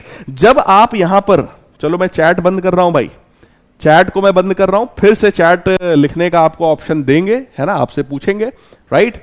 देखो जरा, टेम्परेचर बढ़ाओगे बेटा तो हीट बढ़ेगा, तो बॉन्ड्स ब्रेक होंगे, और जब बॉन्ड्स ब्रेक होते हैं तो फ्री इलेक्ट्रॉन्स का प्रोडक्शन बढ़ता है। एक बॉन्ड टूटेगा तो दोनों के अपने अपने जो इलेक्ट्रॉन्स है भाई साहब, वो इलेक्ट्रॉन्स फ्री होंगे। केमिस्ट्री में खूब बॉन्ड तोड़े होगे तुम लोग, कोई बड़ी बात नहीं है, ऑर्गेनिक केमिस्ट्री में खूब बॉन्ड तोड़ना आप लोगों को सिखाया जाता है, राइट। तो भैया फ्री इलेक्ट्रॉन्स जब बढ़ेंगे बेटा तो उनकी कंडक्टिविटी बढ़ेगी। भैया इलेक्ट्रॉन्स ज्यादा होंगे तभी तो वो मूव करेंगे। तो यानी कि मैं अगर कंडक्टिविटी टर्म अभी मैं ना यूज करूं तो मैं ये कह सकता हूं कि फ्री इलेक्ट्रॉन्स जब बढ़े तो फ्री इलेक्ट्रॉन्स का मोशन बढ़ा, मोशन ऑफ इलेक्ट्रॉन्स जो है वो थोड़ा थोड़ा इंक्रीज हुआ। तो अगर इलेक्ट्रॉन्स का मोशन इंक्रीज हो रहा है तो कहीं ना कहीं वो कंडक्टिविटी को इंक्रीज कराता है। अब सर कंडक्टिविटी क्या होती है? 1 अपॉन रेजिस्टिविटी। रेजिस्टिविटी का ही रेसिप्रोकल कंडक्टिविटी होता है, नाम से क्लियर है भैया। तो कंडक्टिविटी बढ़ेगी, कंडक्टिविटी बढ़ने का मतलब हो गया रेजिस्टिविटी घट रही है और रेजिस्टेंस भी बेटा घट रहा है। ये पूरी पिक्चर है किसी भी सेमी कंडक्टर के केस में। और यहां पर अगर मैं आपको बता दूं तो सेमी कंडक्टर के लिए अल्फा की वैल्यू निगेटिव होती है। यही कारण है कि अगर आप टेम्परेचर को बढ़ाते हो तो सेमी कंडक्टर के केस में जो उसका रेजिस्टेंस है, उसकी रेजिस्टिविटी है, वो डिक्रीज हो जाती है। यहां पर अल्फा पॉजिटिव है, इसके लिए जो अल्फा है हमारा वो निगेटिव है, राइट। ठीक है सर, थोड़ा सा सर और डेप्थ में सर बात करते हैं। अगर मैं ग्राफ के थ्रू तुमसे बात करूं, यहां पर बेटा मैं रेजिस्टिविटी ले लूं या फिर मैं रेजिस्टेंस ले लूं, और ये ग्राफ के थ्रू अगर मैं आपसे बात करूं तो देखो किसी भी कंडक्टर के केस में क्या होता है? टेम्परेचर को बढ़ाओगे तो जो रेजिस्टेंस है, जो रेजिस्टिविटी है, वो इंक्रीज होगा। और अगर किसी प्योर कंडक्टर के लिए बेटा बात करें तो वो इस तरीके से ग्राफ बनता है, एकदम ओरिजिन से बढ़ता है ना। अदरवाइज थोड़ा ऊपर से भी जो है वो इंक्रीज किया जा सकता है अगर प्योर कंडक्टर नहीं है तो। कुछ इस तरीके से ग्राफ बढ़ता है, यानी कि टेम्परेचर को बढ़ाओगे तो ये रेजिस्टिविटी जो है वो इंक्रीज होती चली जा रही है। This is graph for any, जैसे कहा जाए कॉपर के लिए ग्राफ बनाओ, तो हम इस तरीके का ग्राफ जो है वो हम प्लॉट कर सकते हैं, राइट। लेकिन अगर हमसे बात किया जाए कि नहीं नहीं सेमी कंडक्टर के लिए भैया बनाओ, सेमी कंडक्टर के केस में यही जो है कुछ इस तरीके का ग्राफ होता है कि जैसे जैसे आप टेम्परेचर को बढ़ाओगे उसका जो रेजिस्टेंस है, उसका जो रेजिस्टिविटी है भाई साहब, वो जो है वो घटता चला जाएगा, राइट। थोड़ा थोड़ा इनको शिफ्ट करते हैं ताकि सुपर कंडक्टर के लिए हमारे पास जगह आ जाए। हाँ भाई, ठीक है। अब अगली कैटेगरी आती है हमारी, सर सुपर कंडक्टर क्या होता है? फिर बेटा सुपर कंडक्टर के केस में रेजिस्टेंस है या फिर रेजिस्टिविटी है, ये है हमारा सुपर कंडक्टर जिसकी हम लोग बात करने चल रहे हैं। Superconductors are exactly like conductors. Conductors में देखो ग्राफ ऐसा ही था, यहां भी देखो ग्राफ ऐसा ही है, यानी कि अगर आप टेम्परेचर को बढ़ाओगे तो रेजिस्टेंस बढ़ेगा, रेजिस्टिविटी बढ़ेगी। टेम्परेचर को अगर आप घटाओगे तो रेजिस्टेंस भी घट रहा है, रेजिस्टिविटी भी घट रही है। बस सुपर कंडक्टर में क्या होता है, अचानक से एक ऐसा टेम्परेचर आएगा जिस पर उसकी रेजिस्टिविटी घटकर 0 हो जाएगी। उस टेम्परेचर को हम लोग क्रिटिकल टेम्परेचर कहते हैं। और अगर मैं आपको एग्जांपल दे दूं तो मरकरी जो होता है वो 4 केल्विन के टेम्परेचर पर, मरकरी जो है 4 केल्विन के टेम्परेचर पर मेरे प्यारे बच्चों इस तरह का नेचर शो करता है। यानी कि 4 केल्विन के ऊपर जब टेम्परेचर रहेगा तो रेजिस्टेंस जो है वो बढ़ता चला जाएगा, रेजिस्टिविटी भी बढ़ती जाएगी। जब आप टेम्परेचर कम करोगे रेजिस्टेंस रेजिस्टिविटी घट रही, अचानक से 4 केल्विन जैसे ही टेम्परेचर आएगा खट से रेजिस्टिविटी कितनी हो जाएगी, 0। अगर रेजिस्टिविटी 0 हो गई तो इस पर्टिकुलर क्रिटिकल टेम्परेचर पर ही वो सुपर कंडक्टर की तरह बिहेव करता है। तो मैं यहां लिख रहा हूं mercury behaves like superconductor at this temperature। in fact this भी नहीं करते हैं, at 4 केल्विन ओनली। यानी कि 4 केल्विन के ही टेम्परेचर पर मरकरी सुपर कंडक्टर की तरह बिहेव करता है, अदरवाइज मरकरी जो है that simply behaves like conductor. Right है। अब आई होप आपको conductor, semi conductor, super conductor पूरी तरीके से एकदम क्रिस्टल क्लियर समझ में आ गया होगा। राइट। अब हम लोग आगे की बात करते हैं भैया, क्योंकि ओम्स लॉ में बात हमसे किया गया है 3 चीजों की। सबसे पहला है पोटेंशियल डिफरेंस, दूसरा है करंट और तीसरा है रेजिस्टेंस, जिसमें करंट की बात हम लोग काफी डिटेल में कर चुके हैं, है ना, उसकी कहानी पूरी सीख चुके हैं। अब आ जाइए थोड़ा सा आपसे मैं बात कर लेता हूं किसी भी सेल के बारे में या फिर किसी भी बैटरी के बारे में। किसी भी सेल या बैटरी को रिप्रेजेंट करने का सिंबल बेटा कुछ इस तरीके से होता है। ये सेल के ईएमएफ को रिप्रेजेंट करता है और ये जो है सेल के इंटरनल रेजिस्टेंस को रिप्रेजेंट करता है। किसी भी सेल की अगर मैं बात करूं तो किसी भी सेल में इस तरीके से, किसी भी सेल में भैया इस तरीके से 2 इलेक्ट्रोड्स होते हैं। किसी भी सेल में बेटा इस तरीके से 2 इलेक्ट्रोड्स होते हैं। एक पॉजिटिव इलेक्ट्रोड है एनोड और एक है हमारा कैथोड। ठीक। और इसके अंदर जो भी लिक्विड भरा होता है सेल के अंदर उसको हम लोग इलेक्ट्रोलाइट बोलते हैं। That liquid inside the cell is known as electrolyte. ये इलेक्ट्रोलाइट ही है हमारा जो इंटरनल रेजिस्टेंस की तरह बिहेव करता है, यानी कि इंटरनल रेजिस्टेंस स्मॉल आर इसी का रेजिस्टेंस होता है ना।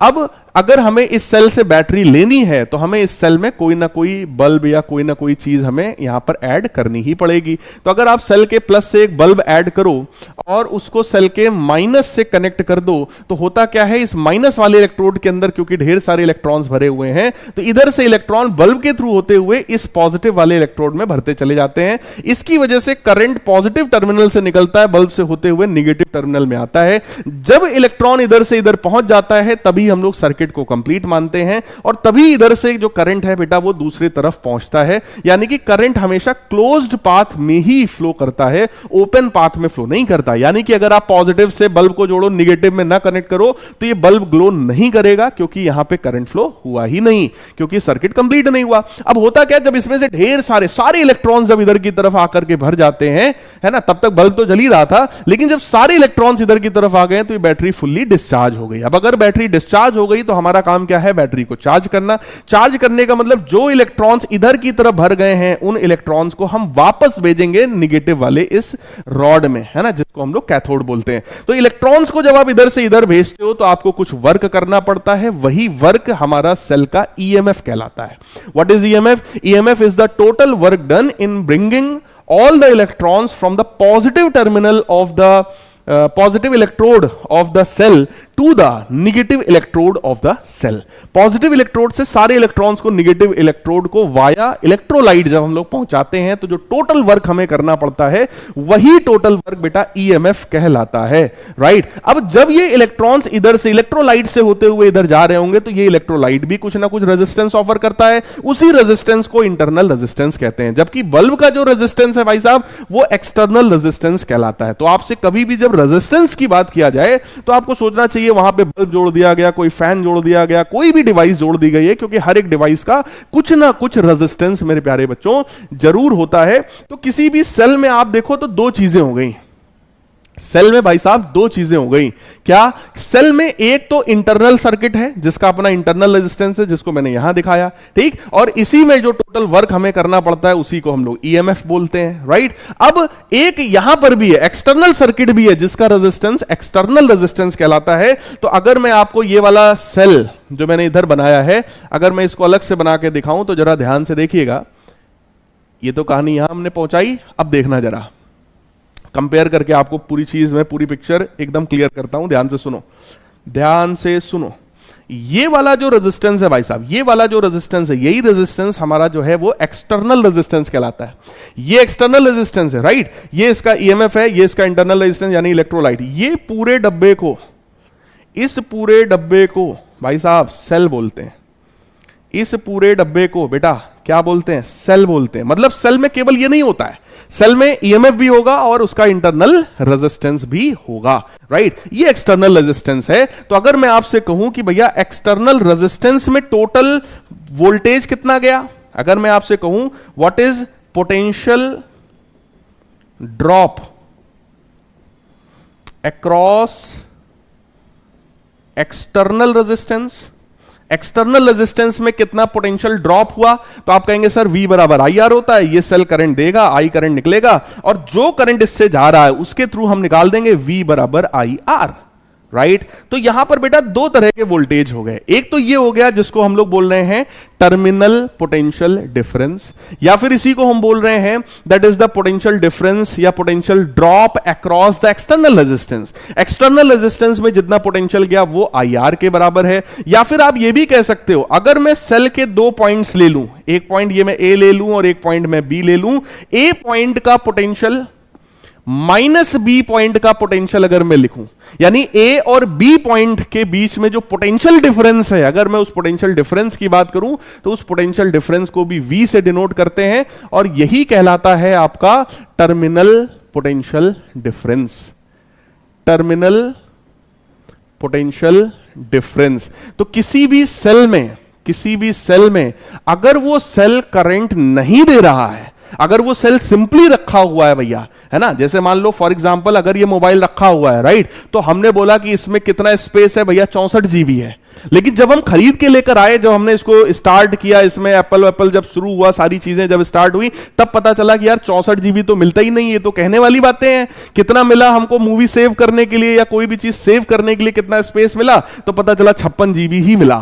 64 GB तो डब्बे पे लिखा है, तो वो उसका क्या है? ईएमएफ है, राइट। तो अगर आप एक सेल खरीद के लाए, उस पर लिखा हुआ है 3 वोल्ट, तो वो 3 वोल्ट उसका क्या है? ईएमएफ है। लेकिन वो एक्सटर्नल सर्किट में कितना पोटेंशियल डिफरेंस प्रोवाइड करता है, that is known as terminal potential difference, और वो सर्टेनली 3 वोल्ट से कुछ कम होगा। तो एग्जांपल के तौर पे अगर मैं बोल दूं ईएमएफ है 20 वोल्ट, तो मैंने यही एग्जांपल उस समय भी आपको दिया था कि भैया 20 वोल्ट अगर उसका ईएमएफ है तो उसमें से 2 वोल्ट तो इंटरनल सर्किट में जाएगा और 18 वोल्ट एक्सटर्नल सर्किट में जाएगा।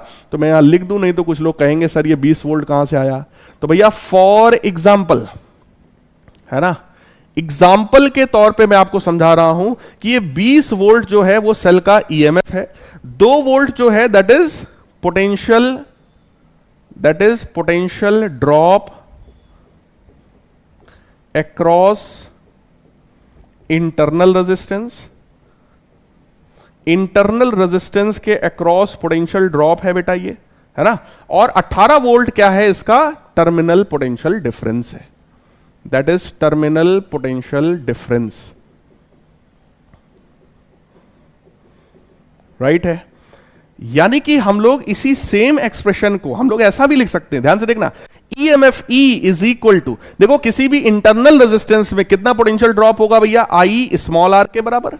आई स्मॉल आर के बराबर, आई आर होता है ना, इंटरनल रेजिस्टेंस कितना होगा स्मॉल आर, तो आई आर के बराबर प्लस टर्मिनल पोटेंशियल डिफरेंस जिसको मैं V से डिनोट कर दे रहा हूं, तो मैं इसको ऐसा लिख सकता हूं, यानी कि यहां से मैं फॉर्मूला देखूं तो V बराबर E minus I R, that is a general formula for any cell, right. लेकिन एक बात ये समझ लेना कि ये सेल क्या कर रहा है, ये सेल करंट दे रहा है। अगर ये सेल करंट दे रहा है तो this is basically condition of discharging. याद करो सेम चीज, देखो मैंने आपको जब पढ़ाया था किरचॉफ्स लॉ लगा करके निकाला था, लेकिन यहां पर वही सेम चीज देखो मैंने आपको थियोरेटिकली प्रूफ करके दिखा दिया कि V जो है वो E माइनस आई आर के बराबर होता है। अब जल्दी से एक बार हार्ड स्पैम करके बता दीजिए, क्या ये सारी बातें एकदम चकाचक क्लियर समझ में आ रही हैं मेरे प्यारे लाल बाल गोपाल?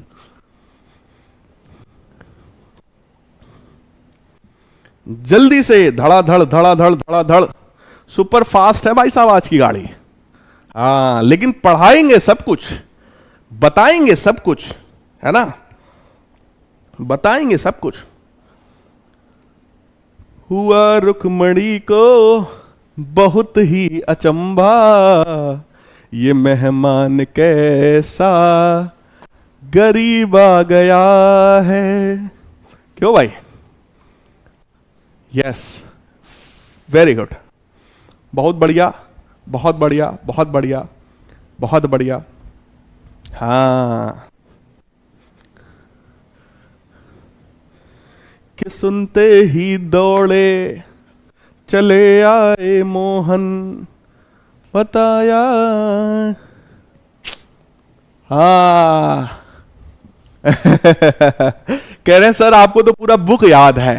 हाँ, एक लोग एक दिन कह रहे थे सर को अंग्रेजी नहीं आती है भाई साहब। हाँ, एक लोग कह रहे थे, एक बालक सर को अंग्रेजी नहीं आती है, देख लो नलायकों, कोई यहां कुछ नहीं लिखा है, पूरा सब खाली है चकाचक मामला, और सब मैं ही लिख रहा हूं।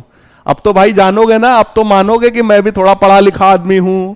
हाँ, मैं भी पढ़ा लिखा आदमी हूं भाई।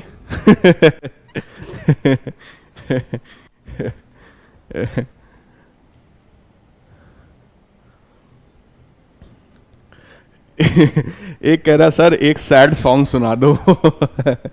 भाई इतना काहे को, दिल तुम्हारा टूटना है?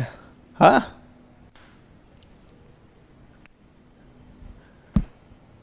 निशांत कह रहा अब भी नहीं मानेंगे, बताओ क्या कर लोगे हैं? ऐसा ऐसा नालायकों। चलिए भैया, सो सेल और बैटरी के बारे में मैंने आपको सारी चीजें जो है वो बता दिया है। हाँ, सारी चीजें मैंने आपको बता दिया है। एक बालक कह रहा है कि सर आपको गुस्सा काहे नहीं आता किसी बात पे? हाँ, बात सही है यार, गुस्सा उससे में देखो क्या रखा है। इंसान को हमेशा जीवन में कूल होना चाहिए यार, गुस्सा करके क्या फायदा है? गुस्से उससे में कुछ नहीं रखा भाई, अपना खून जलाने से क्या फायदा? क्यों भाई? एक कह रहा सैया दिल में आना रे, ऐसा नालायक कहीं के। कौन गए पढ़ाई करने को, तो यहां गानों की फरमाइशें चल रही हैं सर। चलो भैया, सो बेटा किसी भी सेल के बारे में मैंने सारी कहानी आपको बता दिया है कि सेल जब डिस्चार्जिंग हो रही होती है तो V बराबर E माइनस आई आर होता है ना। अभी अब बाकी और आगे हम लोग पूरा इसको इन डेप्थ और थोड़ा सा समझेंगे, है ना। तो यहां पर फिलहाल मैंने आपको दो चीजों की बात आपसे कर दिया, किसी भी सेल के EMF की बात मैंने कर दिया, किसी भी सेल के टर्मिनल पोटेंशियल डिफरेंस की बात मैंने आपसे कर दिया। तो यही V जो है बेटा E माइनस आई आर के बराबर होता है, यही V तुम्हारा I कैपिटल R के बराबर भी होता है। सेम चीज है, कुछ अलग नहीं है। देखो यहां लिखा था मैंने कहीं पे V बराबर आई आर भी होता है, यानी कि इस सेल के अक्रॉस, इसके टर्मिनल्स के अक्रॉस जो पोटेंशियल डिफरेंस है वही टर्मिनल पोटेंशियल डिफरेंस है, या एक्सटर्नल सर्किट में जो जा रहा है वो भी क्या है? Terminal potential difference. यानी कि अगर कोई सेल करंट नहीं दे रहा है तो उस सेल के अक्रॉस जो टर्मिनल पोटेंशियल डिफरेंस है, देखो मैं बना के दिखाता हूं, ऐसे नहीं समझाऊंगा। देखो भैया, अगर ये सेल है, ठीक, उसका EMF है, उसका इंटरनल रेजिस्टेंस है, अगर ये सेल करंट नहीं दे रहा है, राइट, तो अब इस सेल के अक्रॉस ये पॉइंट A है, टर्मिनल्स हैं दोनों उसके A और B, तो टर्मिनल पोटेंशियल डिफरेंस जो हमारा है VA minus VB, that is simply equal to E। अगर सेल करंट नहीं दे रहा है तो उसके टर्मिनल्स के अक्रॉस जो डिफरेंस है, जिसको टर्मिनल पोटेंशियल डिफरेंस बोलते हैं, वो ईएमएफ के ही बराबर होता है। लेकिन बेटा अगर ये सेल हमारा करंट दे रहा है, ये ए पॉइंट है, ये बी पॉइंट है, देख लो, लेकिन इस बार ये सेल करंट दे रहा है। अगर ये सेल करंट दे रहा है भाई साहब, तो VA माइनस VB जो है वो V के बराबर है, which is E minus I small r, which is I capital R, right. I hope पूरी पिक्चर एकदम क्रिस्टल क्लियर समझ में आ गई होगी। सेल करंट ना दे तो उसका जो टर्मिनल पोटेंशियल डिफरेंस है वही ईएमएफ है, सेल करंट देने लगे तो उसका जो टर्मिनल पोटेंशियल डिफरेंस है वही टर्मिनल पोटेंशियल डिफरेंस है, उसी को V बोलते हैं भैया। V बराबर I कैपिटल R होता है या फिर E minus I small r भी होता है, राइट। सो ये हमने सारी डिस्कशन हम लोगों ने कर लिया है किसी भी सेल के बारे में और किसी भी बैटरी के बारे में। अब आ जाते हैं थोड़ा सा, क्योंकि और चीजों को समझने के लिए हमें किरचॉफ साहब का सहारा लेना पड़ेगा, तो हम लोग किरचॉफ्स लॉ की बात करेंगे। किरचॉफ साहब बड़े बढ़िया आदमी थे भैया, उन्होंने डीसी सर्किट की एनालिसिस के लिए दो लॉज बनाए। सबसे पहला है केसीएल, जिसको किरचॉफ्स करंट लॉ भी बोलते हैं, इसको हम लोग नोडल लॉ भी बोलते हैं, इसको हम लोग जंक्शन लॉ भी बोलते हैं, जंक्शन रूल भी बोलते हैं, सब एक ही बात है ना। Nodal law, junction law, Kirchhoff's current law सब एक ही बात है। यानी कि किसी भी एक जॉइंट पर, किसी भी एक जंक्शन पर I1 करंट इधर से आया, I2 करंट इधर से आया और I3 करंट अगर चला गया है, तो summation of current across any node, any junction, any joint is always equal to 0। इसका सिंपल सा मतलब है कि भैया I1 करंट आया है, I2 करंट आया है, माइनस I3 चला गया है, that is equal to 0, right. इसका एक मतलब मैं और भी बोल सकता हूं कि I1 प्लस I2 जो है वो I3 के बराबर होगा, यानी कि आने वाला करंट बराबर जाने वाला करंट। और ये किस पर बेस्ड होता है? This law is basically based on conservation of charge. ये जो लॉ है हमारा वो चार्ज के कंजर्वेशन पर भाई साहब बेस्ड होता है, राइट। फिर आ जाओ, दूसरा है हमारा केवीएल यानी किरचॉफ्स वोल्टेज लॉ भी इसको बोलते हैं, किरचॉफ्स लूप लॉ भी बेटा इसको हम लोग बोलते हैं, राइट। तो लूप लॉ जो है वो किसी भी एक क्लोज्ड लूप में लगता है। इसका सिंपल सा मतलब है summation of potential difference across every element in any loop is equal to 0। ये हमारा कंजर्वेशन ऑफ एनर्जी पर बेस्ड है, कंजर्वेशन ऑफ एनर्जी पर बेस्ड है, राइट। अगर मैं इसको यहां पर दिखाऊं तो किसी भी सर्किट में बेटा मिनिमम दो चीजें होती हैं। एक वो होता है जो एनर्जी को सप्लाई करता है, यानी कि ये हमारा जो एलिमेंट है this is basically active element, ये एनर्जी को सप्लाई कर रहा है, ये सेल है। और एक होता है जो एनर्जी को कंज्यूम करता है, यानी कि पैसिव एलिमेंट। तो किसी भी इलेक्ट्रिक सर्किट का सबसे सिंपलेस्ट अगर कोई बोले कि सिंपलेस्ट सर्किट बनाओ तो वो यही हो जाएगा कि एक सेल हम रखेंगे और एक उसमें हम एक रजिस्टर कनेक्ट कर देंगे, ज्यादा से ज्यादा आप एक स्विच कनेक्ट कर देना, स्विच को क्लोज कर देना, यानी कि इधर से करंट आ सकता है, राइट। अब इधर से करंट आएगा, है ना, ये प्लस है ये माइनस है। और करंट के बारे में अगर मैं आपको बताऊं तो करंट हमेशा हाई पोटेंशियल से लो पोटेंशियल में जाता है।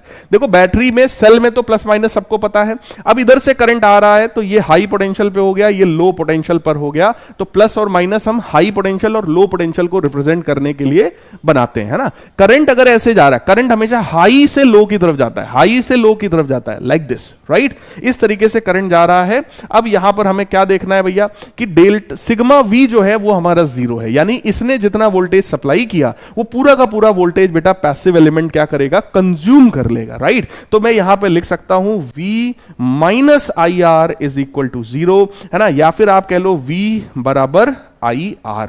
इस तरीके से हम किरचॉफ साहब का दूसरा लॉ लगाते हैं। तो मैंने आपको यही चीज सिखाई थी कुछ इस तरीके से कि बेटा एक इस तरीके से हम लूप ले लेंगे, किसी भी एक कोने से चलना शुरू करेंगे और जिधर की तरफ पहुंच जाएंगे वो साइन हम लोग लेंगे, है ना। तो मैं तो हमेशा यही करता हूं कि इधर से अगर हम चल रहे हैं, माइनस में मैं पहुंचा हूं इसलिए मैं लिखूंगा माइनस IR, फिर आगे बढ़ो आगे बढ़ो आगे बढ़ो, प्लस में मैं पहुंचा हूं तो मैं लिखूंगा प्लस का V।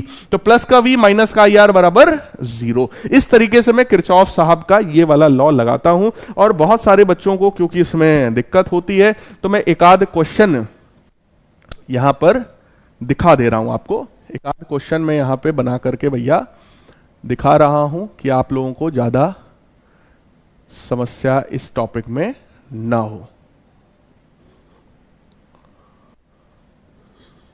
सुनते ही दौड़े चले आए मोहन, लगाया गले से सुदामा को मोहन।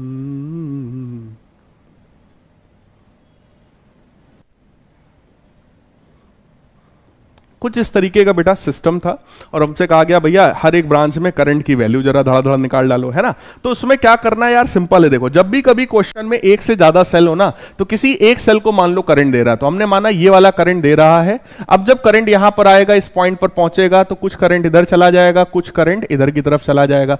I1 करंट बेटा इधर से होता हुआ आएगा, ठीक। I2 इधर से होता हुआ आएगा, इस पॉइंट पर दोनों फिर से मिल जाएंगे और I करंट वापस हमारा चला जाएगा, राइट। अब समय आ गया है प्लस माइनस बनाने का। तो भैया देखो किसी भी सेल में ये प्लस माइनस, ये माइनस, ये प्लस, ये प्लस, ये माइनस, बड़ी वाली लाइन प्लस, छोटी वाली लाइन माइनस, राइट। अब अगर करंट ऐसे जा रहा है बेटा तो ये प्लस है, ये माइनस है। करंट ऐसे आ रहा है तो ये प्लस है, ये माइनस है। करंट इधर से ऐसे जा रहा है तो ये प्लस है, ये माइनस है। करंट ऐसे आ रहा है, ये प्लस है, ये माइनस है। तो करंट हमेशा हाई पोटेंशियल से लो पोटेंशियल की तरफ जाता है। तो भैया हमारे पास ये रहे दो लूप, एक लूप ये रहा भाई साहब और एक लूप हमारा ये रहा। इन दोनों लूप में हम यही वाला लूप लॉ लगाएंगे। तो ये रहा पहला लूप, ये रहा हमारा दूसरा लूप। सो फॉर लूप 1 मैं केवल लूप लॉ लगा के दिखा रहा हूं, सॉल्व आप लोग अपने हिसाब से कर लेना कैलकुलेशन। एक तरफ से बेटा चलना शुरू करो, किसी भी एक पॉइंट से चलना शुरू करो, आगे बढ़ो। देखो प्लस पे हम पहुंचे हैं तो प्लस का 10, फिर और आगे बढ़ो, माइनस पे पहुंचे हैं तो माइनस का 2i, और आगे बढ़ो प्लस पे पहुंचे हैं तो प्लस का 5 वोल्ट, और आगे बढ़ो माइनस में पहुंचे हैं तो माइनस का 3i बराबर 0, राइट। इस पूरे लूप में क्रॉस चेक करके देख लो, 1 2 3 4, चार ही चीजें थी, चार एक्सप्रेशंस हमारे पास हैं, दैट इज इक्वेशन नंबर 1। दूसरे वाले लूप में बेटा एक कोने चलना शुरू करो, यहां माइनस में हम लोग पहुंच गए हैं। सो फॉर लूप 2 सेकंड वाले लूप के लिए जब माइनस में हम लोग पहुंच गए हैं तो माइनस का 4i1, फिर माइनस में पहुंचे हैं तो माइनस का 8 वोल्ट, फिर माइनस में पहुंचे हैं तो माइनस का 4i1, फिर माइनस में पहुंचे हैं तो माइनस का 5, दैट इज इक्वल टू 0। तो ये हमारी इक्वेशन नंबर 2 है, जिससे हमको डायरेक्टली जो है I1 की वैल्यू देखो दिखाई पड़ रही है, यहां से हमको I की वैल्यू दिखाई पड़ रही है। और अगर मैं यहां पर एक फॉर्मूला और लगा दूं, यानी by KCL, that is I बराबर I1 प्लस I2, तो ये हमारी थर्ड इक्वेशन हो गई। I करंट यहां से आएगा, I1 इधर गया, I2 इधर गया, तो दोनों के सम के बराबर हो जाएगा, राइट। वैसे तो मैं सॉल्व करने वाला नहीं था, लेकिन वो क्योंकि देखने में काफी इजी लग रहा है तो मेरा मन अंदर से लपक रहा है। मैं सोच रहा हूं कि लाओ जरा कर ही देते हैं, काहे को अधूरा छोड़ा जाए भैया। तो माइनस 2i माइनस 3i बेटा माइनस का 5i हो जाएगा, उसको उधर की तरफ भेज देंगे, 5i हो जाएगा, 10 प्लस 5 15 हो जाएगा, 15 बराबर 5i, है ना। तो I की वैल्यू 15/5 यानी कि 3 एम्पियर ऐसा आना चाहिए। और यहां पे देखो माइनस 4i माइनस 4i1, ये हमारा बन जाएगा माइनस का 8i1, और ये 8 5 13, 13 उधर जाएगा 13। तो I1 की जो वैल्यू आएगी बेटा दैट विल बी माइनस का 13 डिवाइडेड बाई 8, ये आ रही है। I1 की वैल्यू सॉल्व करने पर हमारी निगेटिव आ रही है ना। अब मैं यहां पे उठा के रखूंगा 3 ampere is equal to I1 हमारा है माइनस का 13/8 प्लस I2। तो यहां से आप देख सकते हो I2 की वैल्यू आपकी सॉल्व होकर के आ रही है, इसको इधर भेजेंगे हम लोग, दैट इज 3 प्लस 13/8, तो ये बन जाएगा 24 प्लस 13/8, तो ये तुम्हारा बन जाएगा 37/8 एम्पियर, है ना। अब देखो सारा खेल ये है, एक बार आप लोग चेक कर लेना, हो सकता है बहुत जल्दबाजी में कर रहे हैं तो हो सकता है कहीं कैलकुलेशन मिस्टेक हुआ हो, वैसे उम्मीद है कि नहीं हुआ होगा, बट फिर भी अगर हुआ हो तो देखो calculation mistake is not a big deal. कोई भी गलती से, कोई भी बहुत ज्यादा हड़बड़बाजी में करेगा तो गलती कर ही देगा। आप लोगों को ऐसे नहीं करना है ना, आपको सावधानी से करना है। मैं तो ये चाहता हूं कि वन शॉट में पूरा का पूरा रिवीजन क्लियर हो जाए आपको, इसलिए थोड़ा सा अच्छी स्पीड से चल रहे हैं कि काफी सारी चीजें कवर हो जाए, और हम लोगों ने काफी कुछ कवर कर भी लिया है, राइट। तो आप लोग इसको चेक कर लेना, I1 और I2 की जो वैल्यूज हैं वो एकदम चकाचक सही आनी चाहिए, कैलकुलेशन का ही खेल है और कुछ नहीं है। अब बस मैटर ये है कि सर आखिर ये जो निगेटिव साइन आया इसका मतलब क्या है। देखो अगर करंट पॉजिटिव आया बेटा, इसका मतलब जो डायरेक्शन हमने माना है वो डायरेक्शन बिल्कुल सही है। अगर कोई करंट हमारा निगेटिव आया, I1 जैसे हमारा निगेटिव आया, इसका मतलब ये वाला डायरेक्शन जो हमने माना है वो डायरेक्शन सही नहीं है, उसका अपोजिट वाला जो डायरेक्शन है वो सही है, राइट तो आंसर खुद बता देता है कि कौन सा डायरेक्शन हमने सही माना है और कौन सा डायरेक्शन हमने गलत माना है। आई होप ये चीज आपको समझ में आई होगी। अब इसी में सेकंड वैरायटी देखो। पहला तो क्वेश्चन ये पूछा जाता है कि भैया सारे करंट बता दो, हर एक ब्रांच में करंट बता दो, तो आप वो बता दोगे। दूसरी चीज आपसे पूछी जा सकती है कि सर्किट में कोई भी दो पॉइंट्स है हमारे पास ए और बी, इन दोनों पॉइंट्स के अक्रॉस पोटेंशियल डिफरेंस बता दो। सर्किट में कोई भी दो पॉइंट्स हैं, आपसे बोलेगा इन दोनों पॉइंट्स के अक्रॉस पोटेंशियल डिफरेंस बता दो। यानी कि अगला जो चीज आपसे पूछा गया है that is potential difference across, या अक्रॉस की बजाय अच्छा वर्ड लिखते हैं between, potential difference between A and B. A और बी के बीच का पोटेंशियल डिफरेंस अगर आपसे कभी भी पूछा जाएगा तो आपको क्या करना है, ध्यान से सुनो। ए से बी की तरफ जाना है, रास्ता कोई भी हो सकता है। तुम्हारा मन है तुम ऐसे जाओ, तुम्हारा मन है तुम ऐसे जाओ, तुम्हारा मन है तुम ऐसे जाओ, तुम्हें ए से बी पहुंचना है बस, है ना। और जो तरीका मैं बता रहा हूं वो तरीका लगा लेना। ए पॉइंट का पोटेंशियल भैया कुछ ना कुछ रहा होगा, तो उसका पोटेंशियल मैंने वी ए मान लिया। ए का पोटेंशियल वी है, अब मैं ऐसे बढ़ रहा हूं, प्लस हमें दिख रहा है तो प्लस का 3i, क्योंकि करंट इसमें आई है। फिर आगे बढ़ रहा हूं मैं, माइनस दिख रहा है तो माइनस का 5 वोल्ट। फिर आगे बढ़ रहा हूं मैं, माइनस दिख रहा है तो माइनस का 4i1 that is equal to VB. ये तरीका है। ए पॉइंट से चलना शुरू करो, जो भी तुम्हें दिख रहा है साइन लेते जाओ। वी ए प्लस का 3i माइनस का 5 वोल्ट माइनस का 4i1 बराबर वीबी। अब आई और i1 हम सब निकाल चुके हैं बेटा, तो वीए माइनस वीबी बोलो सिंपली आ जाएगा क्या, 4i1 प्लस 5 माइनस 3i। अब बोलो हमको i1 भी पता है, हमको i भी पता है, क्या ये वैल्यूज रख करके हम va माइनस वीबी बड़ा सिंपली निकाल सकते हैं? भाई साहब जल्दी से सब लोग कमेंट करके मेरे को बता देंगे, जल्दी से बता देंगे भैया कि क्या हम लोग यहां पर i और i1 की वैल्यू डाल करके पोटेंशियल डिफरेंस बेटा निकाल लेंगे? अगर कभी भी पूछा जाएगा तो, कभी भी पूछा जाएगा तो क्या हम लोग पोटेंशियल डिफरेंस निकाल लेंगे? जल्दी से बताओ भाई, जल्दी से धड़ाधड़ बता दो भाई, क्या हम लोग निकाल सकते हैं भैया? शिवानी बेटा बैकलॉग जितना जल्दी हो सके भैया कंप्लीट करो, जितना जल्दी हो सके कंप्लीट करो, as fast as possible, right. Piyush Verma कह रहे हैं सर हम तो नहीं निकाल पाएंगे, बताओ क्या कर लोगे? तो भैया ना निकालो, कोई टेंशन नहीं है, ना निकालो, हमें क्या टेंशन है। i1 की वैल्यू तुम्हारे सामने है गधे, i की वैल्यू भी है। क्या ये दोनों वैल्यूज यार यहां रख नहीं सकते हो भाई? अगर नहीं रख सकते हो तो 12th क्लास में क्या कर रहे हो भैया? जाओ तुम 6-7 क्लास में, है इसमें कौन सी ऐसी बात है यार, ये तो सिंपल सी बात है, राइट। तो यार अगर ईमानदारी से आप कोशिश करना चाहते हो, सीखना समझना चाहते हो तो कर ही लोगे यार, इसमें कोई इतनी बड़ी बात नहीं है, राइट। Very good.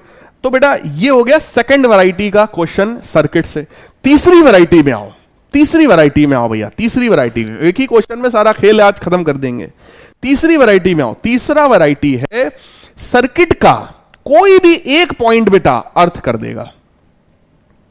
सर्किट के किसी भी एक पॉइंट की क्या कर देंगे, अर्थिंग कर देंगे। एक चीज मैं आपको बता रहा हूं, आप सब लोग अलग अलग ये सब लिखना, पहले पूरा सॉल्व करके i1 i2 की वैल्यूज निकाल लेना। फिर सेकंड क्वेश्चन क्या है, पोटेंशियल डिफरेंस निकालना है ए और बी के बीच का, तो पोटेंशियल डिफरेंस भी निकाल के एक अलग से रख लेना, ठीक। फिर से ये वाला सर्किट अगेन फिर से बनाना, है ना, सर्किट फिर से बनाना, और सर्किट को फिर से बनाने के बाद फिर किसी एक पॉइंट पर आप अर्थिंग कर देना।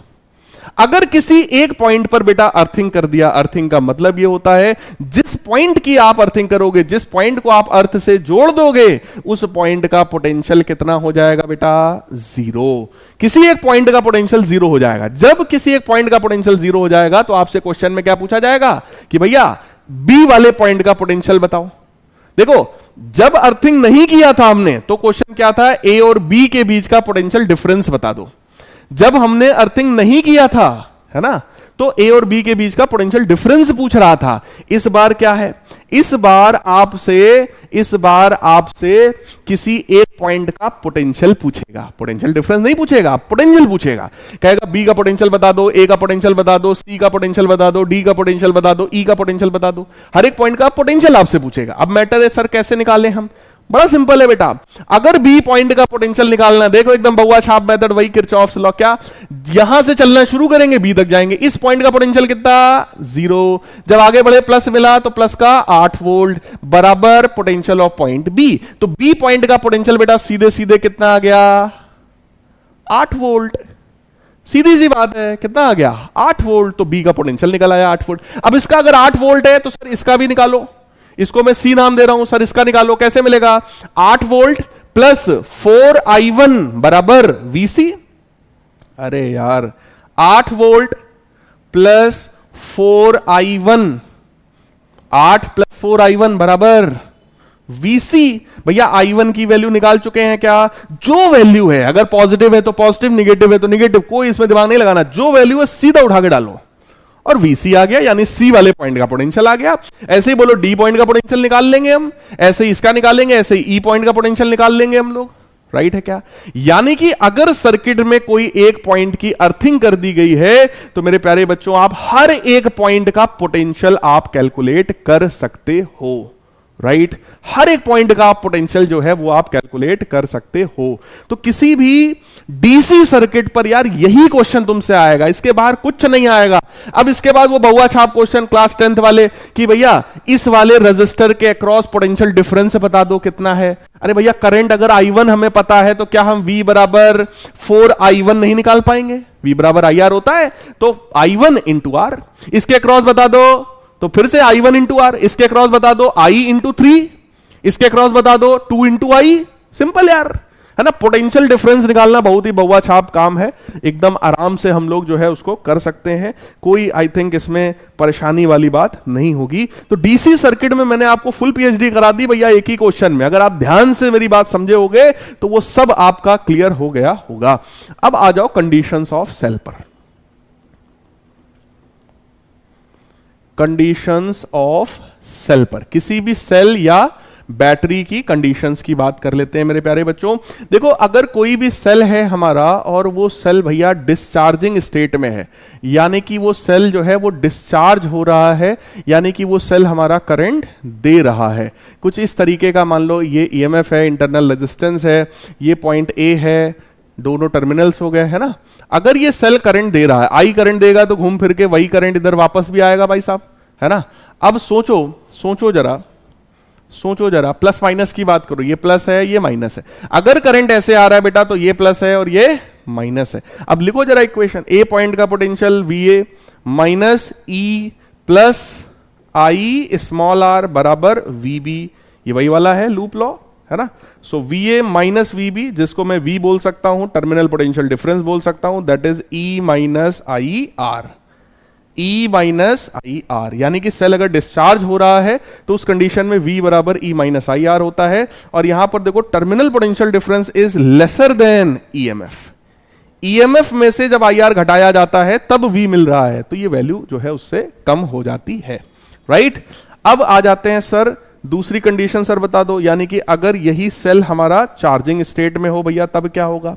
यही सेल अगर हमारा चार्ज हो रहा है मेरे प्यारे लाल बाल गोपाल तब क्या होगा। ये रहा EMF, ये रहा इंटरनल रेजिस्टेंस और इधर से आई करंट आ रहा है, ये A है ये B है। पिछली बार जब मैंने पढ़ाया था कई बच्चे डाउट में क्वेश्चन लिख रहे थे अपना, सर कैसे पता सेल चार्ज हो रहा है।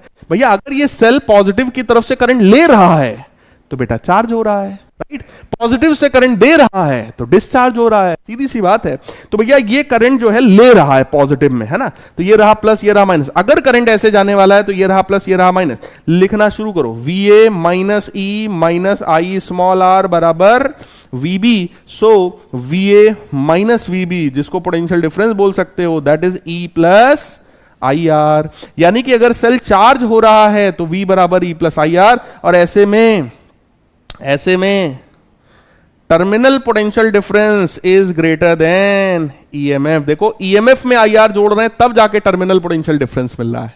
तो जब भी सेल को चार्ज करते हो तो एक्सटर्नल सर्किट का जो पोटेंशियल डिफरेंस है वो ज्यादा होता है, इंटरनल का जो है वो कम होता है, राइट। अब यही सेल की अगर मैं शॉर्ट सर्किटिंग कर दूंगा तो क्या होगा भैया। शॉर्ट सर्किटिंग अगर मैं सर कर दूं तो क्या होगा। शॉर्ट सर्किटिंग का मतलब बेटा ये रहा हमारा सेल, ये ईएमएफ है, इंटरनल रेजिस्टेंस है। सेल के जो दो टर्मिनल्स है ना, ए और बी, अगर इनको हम लोग एक कंडक्टिंग वायर से जोड़ दें, ये वायर कैसा है, it is a conducting wire, यानी कि इस वायर में कोई रेजिस्टेंस भाई साहब नहीं है। तो ऐसे केसेस में क्या होगा, कंडक्टिंग वायर से जब जोड़ते हो तो VA और VB बराबर हो जाता है, यानी कि टर्मिनल पोटेंशियल डिफरेंस जिसको VA माइनस VB कहते हैं, दैट बिकम्स जीरो। अगर वो जीरो है भैया, सेल जो है आई करंट दे रहा है, इस तरीके से जा रहा है, तो सेल हो तो डिस्चार्ज ही रहा है ना, सेल हो तो डिस्चार्ज ही रहा है ना। अगर करंट ऐसे आ रहा है, ये प्लस है ये माइनस है, अगर सेल डिस्चार्ज हो रहा है तो बोलो V बराबर E माइनस आई आर होता है, और आपको पता है V की वैल्यू जीरो है, तो E माइनस आई आर हो गया। तो E बराबर क्या हो गया, आई आर। और यहां से एक फॉर्मूला और निकल आता है कि किसी भी सेल से हम मैक्सिमम करंट कितना ले सकते हैं, किसी भी सेल से हम लोग मैक्सिमम करंट कितना ले सकते हैं, that is EMF of the cell divided by its internal resistance. यानी कि शॉर्ट सर्किटिंग के केस में ही कोई भी सेल मैक्सिमम करंट ऑफर करता है। और क्योंकि ये सारा का सारा जो पोटेंशियल ड्रॉप है वो किसके अक्रॉस हो रहा है भैया, सारा का सारा पोटेंशियल ड्रॉप इंटरनल रेजिस्टेंस के अक्रॉस हो रहा है, इसलिए बैटरी फटने के चांसेस है, आग लगने के चांसेस है, थोड़ा सा जो है हजार्डस हो सकता है ये सिचुएशन, राइट। फिर चौथा सिचुएशन है भैया आइसोलेटेड कंडीशन है। आइसोलेटेड का मतलब है बैटरी ना तो करंट दे रहा है, ना ही उसका कोई टर्मिनल पोटेंशियल डिफरेंस है, राइट, कोई इसमें कुछ नहीं है, एक्सटर्नल सर्किट में कुछ भी है ही नहीं यहां पर, ये मतलब है इसका, राइट। अब एक चीज और बात कर लेते हैं यहीं पर हम लोग, दैट इज रिलेशन छोड़ो, यहां पर सिंपली हेडिंग लिखते हैं हम लोग इंटरनल रेजिस्टेंस। किसी भी सेल के इंटरनल रेजिस्टेंस की वैल्यू को भी मैं आपको कैलकुलेट करके दिखा दे रहा हूं। हालांकि ये आई थिंक सभी को रटा होगा, अभी शायद कल वाली क्लास में ही मैंने आप लोगों को बताया था, राइट। तो ये सेल है भैया, एक्सटर्नल रेजिस्टेंस लगा है, सेल जो है वो आई करंट दे रहा है। अगर मैं आपसे कहूं कि आई करंट की वैल्यू बता दो तो बड़ा सिंपल है, that is E upon R plus small R, क्योंकि कैपिटल आर और स्मॉल आर बेटा किस कॉम्बिनेशन में है, सीरीज कॉम्बिनेशन में है, तो ये करंट हो गया। अब V बराबर E माइनस आई आर होता है, तो V बराबर E माइनस, करंट की जगह हम E upon R plus R into small R कर सकते हैं, E times capital R plus small R minus E times small R divided by R plus small R, that is equal to V। तो V times R plus small R that is equal to E R plus E small R minus E small R, ये दोनों हो गया cancel. तो V capital R plus V small R बराबर E capital R, तो V small R बराबर E capital R minus V capital R, तो small R की वैल्यू कितनी आ गई, E upon V minus 1 times R. सही है क्या? क्या ये वही बात है जो मैंने कल धड़ाधड़ डिराइव किया था? क्या ये वही बात है जो मैंने कल डिराइव किया था? जल्दी से भैया हार्ड स्पैम करके जरा बता दो, क्या ये बात एकदम चकाचक क्लियर समझ में आ रही है? क्या ये बात एकदम चकाचक क्लियर समझ में आ रही है बेटा? हार्ड स्पैम करके बता दो तो।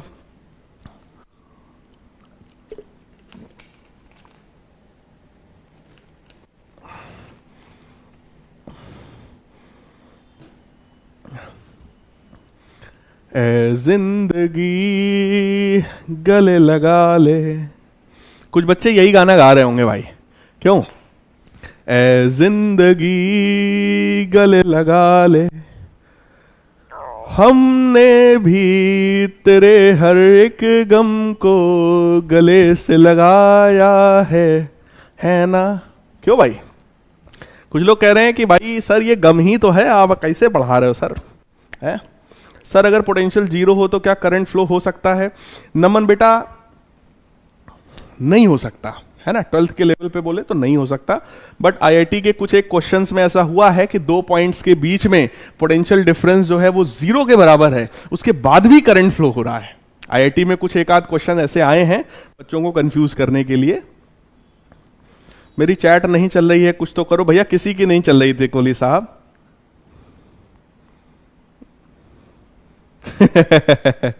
नीरज कह रहे हैं सर मान लीजिए आप कल सुबह उठे और आपको पता चला अलग सर पीडब्ल्यू मेरे नाम कर दिए तो क्या होगा? भाई खुश हो जाएंगे और अलग सर को वापस लेकर आएंगे यार। वो जब तक साथ नहीं रहेंगे तो मजा कहां से आएगा भाई? देखो जो फाउंडर होता है ना यार, जो फाउंडर होता है ना, जिसने चीजों को बनाया है ना, उसकी एक अलग बात होती है। हम लोग हैं सभी, मान लो मैं तो यहाँ पे काफी नया हूं, मेरा तो कुछ कमेंट करना कोई अच्छी बात नहीं होगी यहाँ पर, बट बाकी जितने भी लोग हैं, है ना, वो सब अलग सर के बाद आए हैं। तो जो फाउंडर होता है यार, उसका एक अलग ही, उसका लगाव एक अलग ही होता है। क्योंकि मैं भी फाउंडर रह चुका हूं किसी चीज का, इसलिए मेरे को पता है कि उसका लगाव कुछ अलग ही होता है। कैसे पता चलेगा पॉजिटिव से करंट ले रहा है? हाँ, कल्पना ने कहा सर कैसे पता चला पॉजिटिव से करंट ले रहा है? कल्पना बेटा, क्या ये क्वेश्चन तुम भूल गई? कल्पना बेटा, क्या ये क्वेश्चन आप भूल गए? जरा सोचो बेटा कल्पना, जरा सोचो। अगर I1, जरा ध्यान से देखो, अगर सॉल्व होकर यही वाला I1 बेटा अगर पॉजिटिव आ जाता, कल्पना अगर ये पॉजिटिव आ जाता, इसका मतलब जो डायरेक्शन हमने माना था वो सही है।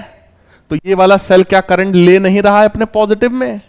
बोलो भाई, क्या ये करंट ले नहीं रहा है? अगर ये करंट ले रहा है, राइट, तो इसका मतलब क्या हुआ कि वो क्या हो रहा है भैया? चार्ज हो रहा है। राइट है क्या? राइट है क्या? क्लियर है भाई? चलिए, बहुत बढ़िया, बहुत बढ़िया। बाकी आप लोगों के कमेंट्स, जो आप लोग डाउट पूछते हो ना यार, वो डाउट हम लोग बाद में देखते हैं, मैं देखूंगा, है ना। बहुत सारे डाउट्स आपको बाकी लोग बैकएंड से टीम में सॉल्व कर देंगे, जिनके मुझे लगेगा सॉल्व करना चाहिए उनके डाउट्स मैं भी सॉल्व कर दूंगा, राइट। तो आप सबके लगभग सारे ही डाउट्स पर मेरी नजर रहती है। लेकिन एक मेरा एक कॉमन ऑब्जर्वेशन है आपके डाउट्स को लेकर के, कई बार आप लोग इम्पेशेंट होकर के डाउट्स पूछते हो। यानी कि कोई चीज मान लो हम बता ही रहे हैं, तुमने पहले ही उसमें दाग दिया सर इंटरनल रेजिस्टेंस क्या होता है। भैया पहले पूरा तो हो जाने दो। अब जैसे हमने पूरा समझा दिया इंटरनल रेजिस्टेंस ये है, सेल के इलेक्ट्रोलाइट को ही इंटरनल रेजिस्टेंस हम लोग कहते हैं, यानी कि वही इंटरनल रेजिस्टेंस प्रोवाइड करता है। अब इतनी चीजें हो गई, इसके बाद अगर तुम्हारा कुछ मन है तो पूछो, है ना, इसके बाद का डाउट है तो कुछ पूछो। लेकिन जब तक टीचर ने एक्सप्लेन ही नहीं किया, तुम अपने डाउट में लगे पड़े हो, तुमने धड़ाधड़ लिख दिया सर इंटरनल रेजिस्टेंस का। आप कोई लिख देगा सर व्हीटस्टोन ब्रिज तो रह ही गया। भाई हमें भी पता रह गया, अभी जब समय आएगा तो वो भी पूरा हो जाएगा, है ना। तो ये डाउट नहीं हुआ, है ना। ऐसे डाउट मत पूछा करो। डाउट जो है that must be a genuine doubt, right. Ajay Yadav कह रहे हैं सर बोर्ड्स में इंपॉर्टेंट टिक करवा दो। भैया अजय यादव, मैं बहुत बार बता चुका हूं, मैं यहां पर केवल तुम्हें पास कराने के लिए नहीं पढ़ा रहा हूं। इस बैच को लेकर के मैं बड़े दिल से पढ़ा रहा हूं, और मेरा एक एम है, मुझे ऑल इंडिया टॉपर चाहिए।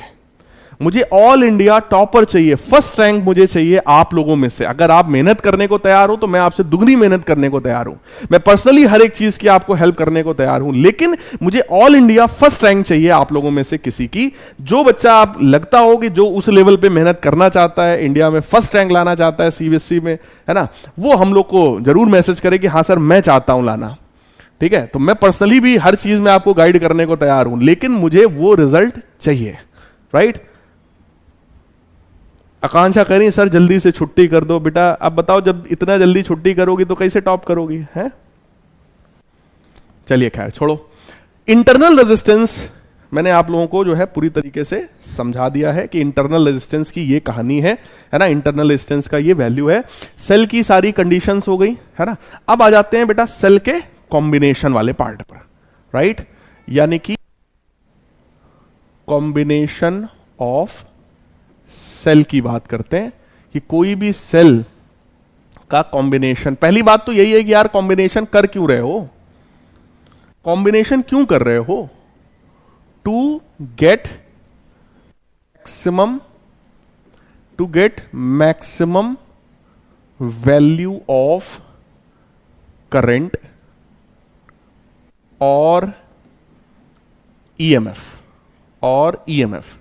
जब हमें ईएमएफ और करंट की वैल्यू ज्यादा चाहिए होती है तब हम लोग सेल्स को कंबाइन करते हैं, जिसमें सबसे पहला कॉम्बिनेशन है सेल्स का सीरीज कॉम्बिनेशन। है ना। सेल्स के सीरीज कॉम्बिनेशन का सिंपल सा मतलब है, एक सेल ये रहा, एक सेल ये रहा, इसका ईएमएफ E1 है, इंटरनल रेजिस्टेंस R1 है, ये E2 है, इंटरनल रेजिस्टेंस R2 है। इन दोनों की जगह जो सिंगल सेल आप यूज करोगे, है ना, ये इक्विवेलेंट सेल कहलाता है, और उस इक्विवेलेंट सेल का ईएमएफ E है और इंटरनल रेजिस्टेंस मेरे प्यारे बच्चों R के बराबर है। अगर आप लोग चीजों को ध्यान से समझ रहे हो, ये वाला सेल भी लेफ्ट में करंट देगा, ये भी लेफ्ट में करंट देगा, दोनों ही सेल बेटा सपोर्टिंग सेल हैं, यानी कि E की जो वैल्यू है that must be E1 plus E2, क्योंकि दोनों सेल एक दूसरे का सपोर्ट कर रहे हैं, राइट। और नेट इंटरनल रेजिस्टेंस जो हमारा है वो R1 प्लस R2 के बराबर होता है। है ना। तो ये हमारा सिंपल जो है सीरीज कॉम्बिनेशन की वैल्यू निकल आई है। अब अगर इसी में एक सेल ऐसा हो जाए और दूसरा वाला इस तरीके से हो जाए, ये E1 है, ये R1 है, ये E2 है, ये R2 है, राइट, और इनकी जगह आपको एक सिंगल सेल लाना है, तो अब दो सिचुएशन है, दो कंडीशंस है। अगर E1 बड़ा है E2 से, अगर E1 बड़ा है तो बेटा कुछ इस तरीके का आएगा, और E का मतलब हो गया E1 माइनस E2, और R का मतलब तो वही रहा R1 plus R2, right. Second condition है कि E2 ग्रेटर देन E1। अगर E2 बड़ा होगा तो फिर इक्विवेलेंट सेल तुम्हारा इस तरीके का आएगा, ये E है, ये R है। इस बार E का मतलब क्या हो गया E2 माइनस E1, और R का मतलब क्या हो गया R1 प्लस R2। ये सिंपल है बेटा सीरीज कॉम्बिनेशन। सेल अगर सीरीज में कंबाइंड है तो कुछ इस तरीके से जो है वो सेल का इक्विवेलेंट ईएमएफ और इंटरनल रेजिस्टेंस हम लोग लिखेंगे, राइट। अब बात ये आ गई कि सर अगर मान लो सर n सेल्स को हम लोग सीरीज में कंबाइन कर दें, n सेल्स को सर अगर हम लोग सीरीज में कंबाइन कर दें तो ये सारे सेल मिलकर के आखिर कितना करंट देंगे, सारे सेल मिलकर के सर कितना करंट देंगे। तो बेटा करंट का मतलब होता है total EMF, that is NE, ठीक, n small r upon total resistance, तो n r r r r r r, right, plus capital R। तो ये वैल्यू आ गई हमारी करंट की। तो करंट की वैल्यू क्या होती है भैया, total EMF upon total resistance. Total EMF है NE के बराबर, टोटल रेजिस्टेंस है NR प्लस कैपिटल R के बराबर, यानी ये इतना करंट दे सकता है, राइट। अब इसमें भी मैं आपको डायरेक्ट रिजल्ट बता रहा हूं कि अगर external resistance very much greater than है नेट इंटरनल रेजिस्टेंस के, तो आप वहां पर सीरीज ग्रुपिंग ऑफ सेल को प्रिफर करोगे। एक्सटर्नल रेजिस्टेंस की वैल्यू अगर बहुत ज्यादा है इंटरनल रेजिस्टेंस से तो हम लोग सीरीज ग्रुपिंग करेंगे, और सीरीज ग्रुपिंग के केस में जो मैक्सिमम करंट मिलना है, जो मैक्सिमम करंट मिलना है, that maximum current is NE divided by capital R। यानी सीरीज ग्रुपिंग करके आप इतना मैक्सिमम करंट किसी भी सिस्टम से निकाल सकते हो, राइट।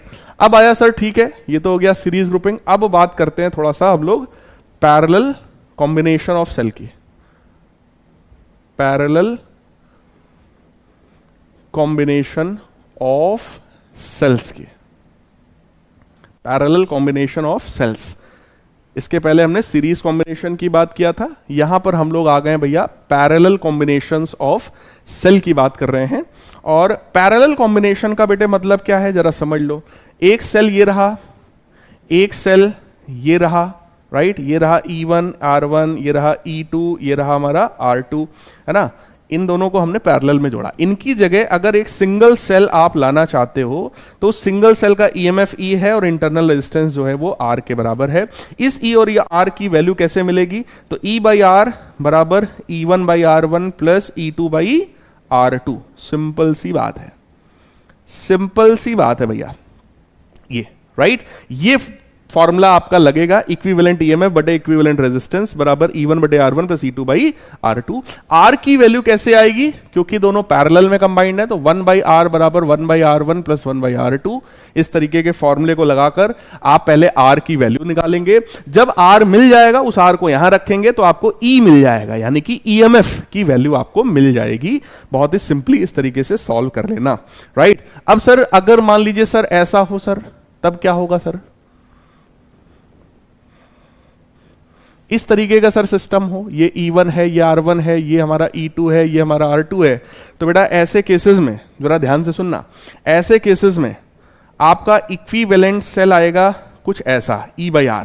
कब, फॉर्मूला वही है E बाई R बराबर E1 बाई R1, राइट। अब जरा देखो, अगर मैंने E1 बाई R1 वाले टर्म को पॉजिटिव माना है, यानी मैं इसको प्रीफर कर रहा हूं, तो मैं भी ऐसा बना रहा हूं, राइट। और इसको फिर मैं कैसा लिखूंगा, minus E2 by R2, right. एक सेल लेफ्ट में करंट दे रहा है, ये वाला सेल राइट में करंट दे रहा है, है ना, और अगर मैं इसके हिसाब से चल रहा हूं तो हमारा इक्विवेलेंट भी यही आएगा, और फिर मैं इसको पॉजिटिव मानूंगा और दूसरे वाले को नेगेटिव मानूंगा। बाकी है दोनों पैरेलल में ही, तो 1/r बराबर 1/r1 प्लस 1/r2, ये आपका एज इट इज रहेगा। ठीक, अब इस मेथड से, इस इक्वेशन से सॉल्व करोगे, और अगर e की वैल्यू पॉजिटिव आ गई, मतलब जो हमने बनाया है वो सही है, अदरवाइज अगर वो e की वैल्यू सॉल्व होकर निगेटिव आई तो आप इसको पलट देंगे, तब आप इसको क्या करेंगे, पलट देंगे, यानी कि इस तरीके का सेल बन जाएगा। मैंने ऐसा न्यूमेरिकल भी आप लोगों को करवाया था, ठीक है, जिसमें कॉम्बिनेशन ऑफ सेल मैंने डिटेल में पढ़ाया था, उस लेक्चर को आप लोग देख सकते हो, वहां से आपका ये क्वेश्चन भी जो है क्लियर हो जाएगा। राइट, अब अगली चीज ये है कि अगर n सेल्स हैं और n सेल्स को हम लोग पैरेलल में जोड़ दें, like this, we have, let us suppose we have connected n cells in parallel like this। अब कुछ बच्चे मुझे पता है रोना शुरू कर दिए होंगे कि सर ओवर करो, सर ओवर करो। बेटा लेकिन सोचो, अगर चैप्टर को वन शॉट क्लियर करना है तो यार मिनिमम 2 आवर्स का टाइम तो दे दो भाई, 2 आवर्स तो दे दो यार, है ना। सो ई आर ऐसे बेटा हम लोगों ने n सेल्स मान लिए हैं जो कि हमारे जो है पैरेलल कॉम्बिनेशन में कनेक्टेड है। इधर से I1 करंट निकला है, इधर से I2 करंट निकला है, इधर से I3 करंट निकला है, सब जुड़ जुड़ के I करंट इधर की तरफ जा रहा है। यानी इसकी जगह हम लोग जो सिंगल सेल रखेंगे, है ना, उसकी वैल्यू तो आप निकाल ही सकते हो, E/R बराबर E1/R1 plus E2/R2 plus E3/R3 and so on, है ना।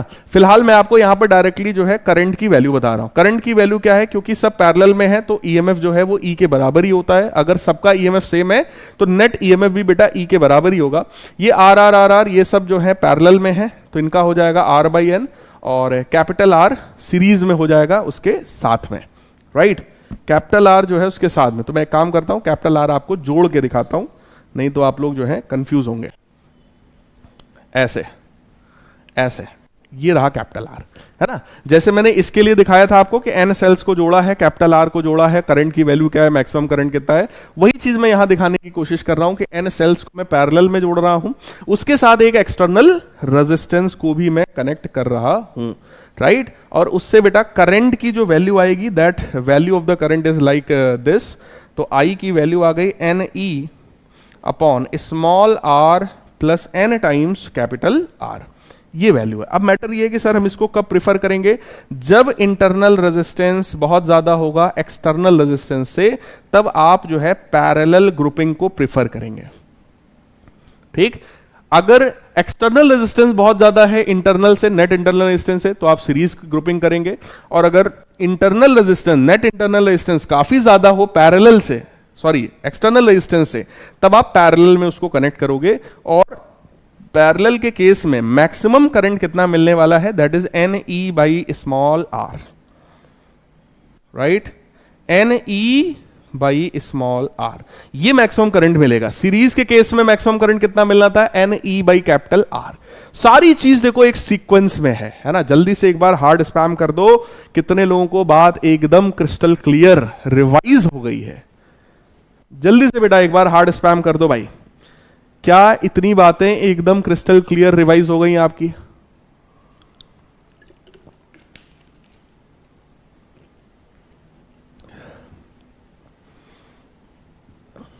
जल्दी से।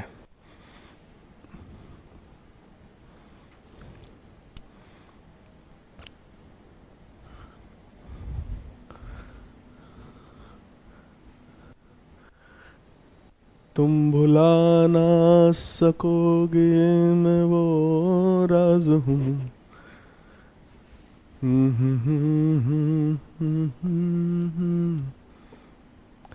राइट है, राइट है।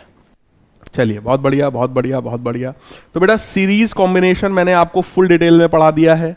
मैंने आपको parallel combination of the cell भी मैंने आपको फुल डिटेल में पढ़ा दिया है। Right, right. चैट को करते हैं बंद, और अगले 15 मिनट आपको और पढ़ना है। ये लेक्चर पूरा 2 घंटे में पढ़ाऊंगा। अगर पूरा हो गया चैप्टर, बहुत बढ़िया, नहीं हुआ तो फिर कल हम लोग फिर से बात करेंगे। कल हम लोग इस चैप्टर में जो बचा कुचा होगा फिर उसकी बात करेंगे आगे। वैसे मैं पूरी कोशिश कर रहा हूं कि कंप्लीट मैं आपका पूरा का पूरा चैप्टर वन शॉट कर दूं 2 घंटे में ही, राइट। पैरेलल कॉम्बिनेशन भाई साहब सबको जो है आई होप बात एकदम चकाचक क्लियर समझ में आ गई होगी, ठीक है। तो सेल्स के बारे में हम लोगों ने सारी बात कर लिया है भैया, सेल के कॉम्बिनेशन के बारे में हमने सारी बात कर लिया है हम लोगों ने। अब हम लोग बात करने चल रहे हैं किसके बारे में, रजिस्टर्स के बारे में बात करने चल रहे हैं भाई साहब, रजिस्टर्स के बारे में। रजिस्टर्स का भी कॉम्बिनेशन होता है बेटा, अगर रजिस्टर्स को सीरीज कॉम्बिनेशन में जोड़ा जाएगा, रजिस्टर्स को सीरीज में अगर जोड़ा जाएगा तो एकदम बउआ छाप कॉन्सेप्ट है, आप सबको पता है। इनकी जगह पर एक सिंगल रजिस्टर हम लोग यूज कर सकते हैं जिसका रेजिस्टेंस होगा R1 प्लस R2 के बराबर, राइट। सीरीज को पहचानने का तरीका बड़ा सिंपल है कि सीरीज के केस में करंट सेम होता है और टर्मिनल पोटेंशियल डिफरेंस जो है वो डिफरेंट होता है। करंट सेम, पोटेंशियल डिफरेंस जो है वो सब में अलग अलग होगा। इसमें पोटेंशियल डिफरेंस V1 है, इसमें पोटेंशियल डिफरेंस V2 के बराबर है। सेकंड जो कॉम्बिनेशन भाई साहब हो सकता है वो हमारा हो सकता है पैरेलल कॉम्बिनेशन। पैरेलल कॉम्बिनेशन का सिंपल मतलब है एक रेजिस्टेंस ये है, एक रेजिस्टेंस हमारा ये है R1 है, दिस इज R2, और इनकी जगह पर अगर एक सिंगल रेजिस्टर हमें यूज करना है तो वो सिंगल रेजिस्टर R होगा। और इस R के लिए बेटा जो फॉर्मूला हम लोग के पास है आप सबको रटा होगा, that is 1/R is equal to 1/R1 plus 1/R2, right. ये फॉर्मूला कई बार हम लोग जो हैं इसी को मैं डायरेक्टली यूज करता हूं like this, R is equal to R1 R2 upon R1 plus R2, तो ये सेम ही चीज है, कंफ्यूज मत होना। ये फॉर्मूला भी आया यहीं से, एलसीएम ले लो यही आ जाएगा, इसमें कोई बड़ी बात नहीं है, राइट। तो सीरीज में कनेक्ट है भैया तो ये हो जाएगा, पैरेलल में कनेक्ट है तो ये हो जाएगा। सीरीज के केस में करंट सेम था, पैरेलल के केस में जो करंट है दैट इज डिफरेंट, यानी दोनों में जो करंट जाएगा वो अलग अलग जाएगा, बट दोनों का जो पोटेंशियल डिफरेंस है that potential difference is same, right. इसका पोटेंशियल डिफरेंस भी V है, इसका भी V है, लेकिन इसमें करंट जाएगा I1 और इसमें जो करंट जाएगा वो I2 है। जिसमें रेजिस्टेंस ज्यादा है उसमें करंट कम जाएगा, जिसमें रेजिस्टेंस कम है उसमें करंट ज्यादा जाएगा, राइट। तो ये कॉन्सेप्ट है भैया रजिस्टर्स के सीरीज और पैरेलल कॉम्बिनेशन के ऊपर। अब और क्या बचा है भैया, और क्या बचा है, आई थिंक अब सिर्फ डिवाइसेस की ही बात हम लोग को करना बाकी है। हाँ, एक दो कॉन्सेप्ट और है भैया, कौन सा, हीटिंग इफेक्ट, बउआ छाप कॉन्सेप्ट। हाँ, हीटिंग इफेक्ट ये भी तो बाकी है, heating effect of current, current का हीटिंग इफेक्ट। भैया करंट जिस भी सिस्टम में फ्लो होता है वो सिस्टम कुछ समय के बाद गर्म होने ही लगता है। मोबाइल भी चार्ज करते हो तो मोबाइल भी हीट होने लगता है, और हीट का फॉर्मूला है I² RT VIT और V² upon R into T या फिर QV, ये भी फॉर्मूला है, राइट। Q चार्ज है, V पोटेंशियल डिफरेंस है, तो ये हमारा हीट का फॉर्मूला है। सिर्फ तुम्हें फॉर्मूला याद होगा तो काम चलेगा, इसके डेरिवेशन पार्ट पर बहुत ज्यादा परेशान मत होना, कभी पूछा नहीं जाता है, वैसे मैंने आप लोगों को करवा रखा है ना। पावर का मतलब होता है रेट ऑफ डूइंग वर्क या rate of consumption of energy. इन सब में T का डिवाइड करोगे तो P बराबर VI, P बराबर I² R, P बराबर V² अपॉन R, तो ये सब के सब जो है वो पावर के फॉर्मूले हो जाते हैं।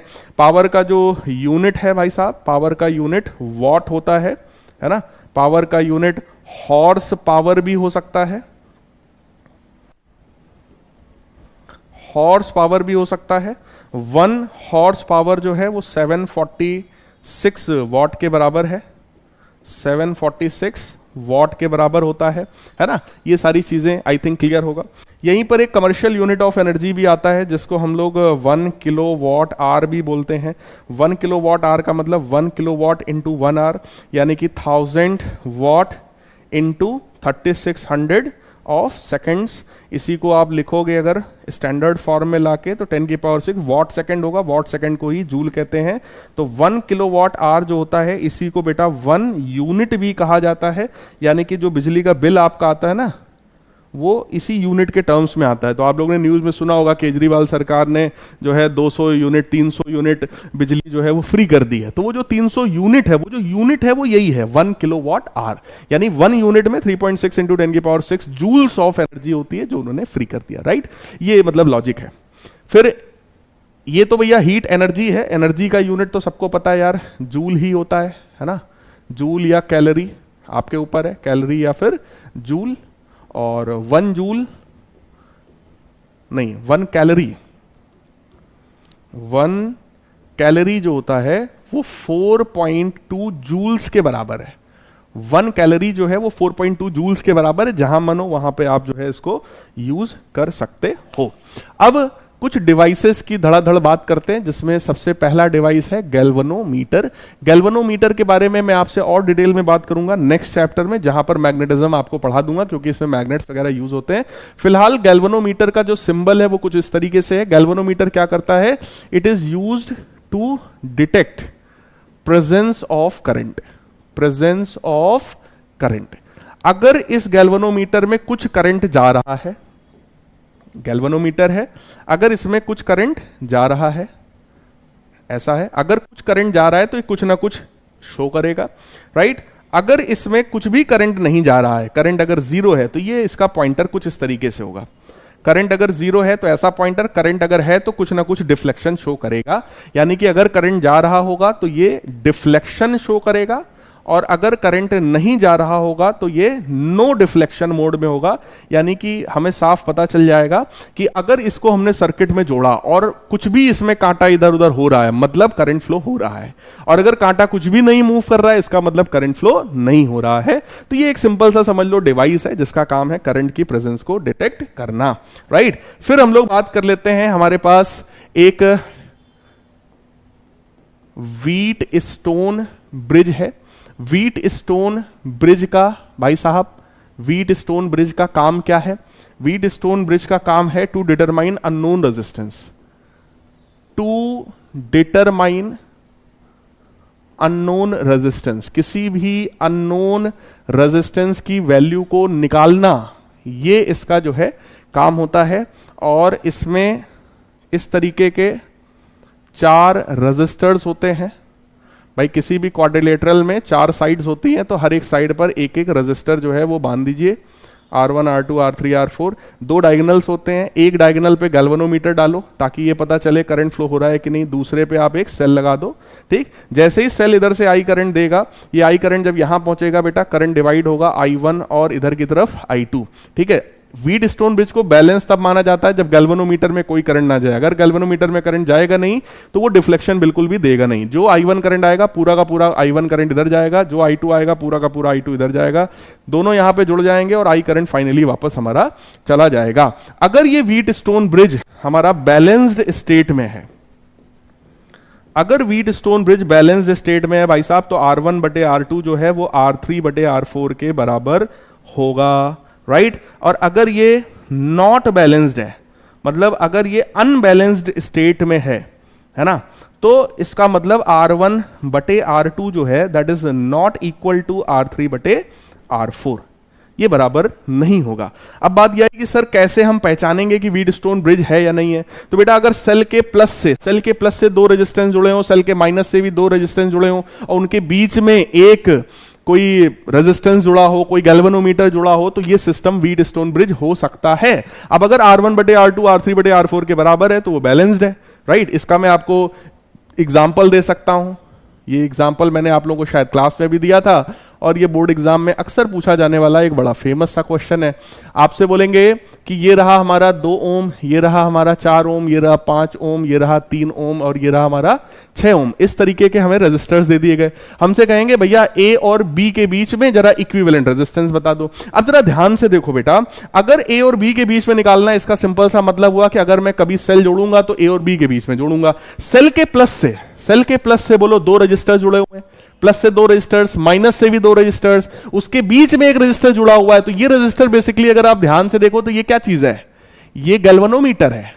ये रेजिस्टेंस किसका है भाई साहब? ये गैल्वेनोमीटर का रेजिस्टेंस है। अब एक चीज और देखो, 2/4 बोलो 3/6 के बराबर है। 2/4 3/6 के बराबर है, यानी कि ये बैलेंस्ड व्हीट स्टोन ब्रिज है। ये क्या है भैया? बैलेंस्ड व्हीट स्टोन ब्रिज है। अगर ये बैलेंस्ड व्हीट स्टोन ब्रिज है तो इस 5 ओम वाले रजिस्टर में कोई करंट नहीं जाएगा, क्योंकि इसमें कोई करंट जाता नहीं है अगर वो बैलेंस्ड होता है। बैलेंस कैसे पता चला? क्योंकि R1 बटे R2 R3 बटे R4 के बराबर है, राइट? तो इसमें करंट जाएगा नहीं यार। जैसे ही तुम इसको यहां से हटाओगे ना, देखो मैं हटा के तुम्हें दिखा रहा हूं, जैसे ही तुम इसको हटाओगे तुम्हारा क्वेश्चन एकदम धड़ाक से सॉल्व होगा। देख लो, ये 2 ओम और ये 3 ओम किसमें है? सीरीज में। कितना आएगा बेटा? 5 ओम। कितना आएगा? 5 ओम, राइट? ये 4 और ये 6 भी किसमें है? सीरीज में। इसका भी कितना आएगा? 10 ओम, राइट? अब जरा ध्यान से देखना, ध्यान से देखना भैया। इक्विवेलेंट अगर आप निकालोगे, ऊपर वाला 5 ओम नीचे वाला 10 ओम, बोलो पैरेलल में है, तो 5 इंटू 10 अपॉन 5 प्लस 10 यानी कि 50 अपॉन 15 यानी कि 10 अपॉन 3 ओम, राइट? ये फॉर्मूला सर कहां से आया? तो ये फॉर्मूला ये वाला है, R1 R2 बटे R1 प्लस R2। पैरेलल का फॉर्मूला है R1 R2 बटे R1 plus R2। Simply solve किया, ये वैल्यू हमारी इक्विवेलेंट रेजिस्टेंस की आ गई, राइट? तो व्हीट स्टोन ब्रिज को पहचानने का तरीका, प्लस से 2 रेजिस्टेंस, माइनस से 2 रेजिस्टेंस, उनके बीच में एक रेजिस्टेंस अगर जुड़ा हो तो ये सिस्टम व्हीट स्टोन ब्रिज हो सकता है। व्हीट स्टोन ब्रिज में बेटा जो बोथ डायगोनल आर्म्स जो होते हैं, दोनों जो डायगोनल वाले जो आर्म्स हैं, both diagonal arms are interchangeable.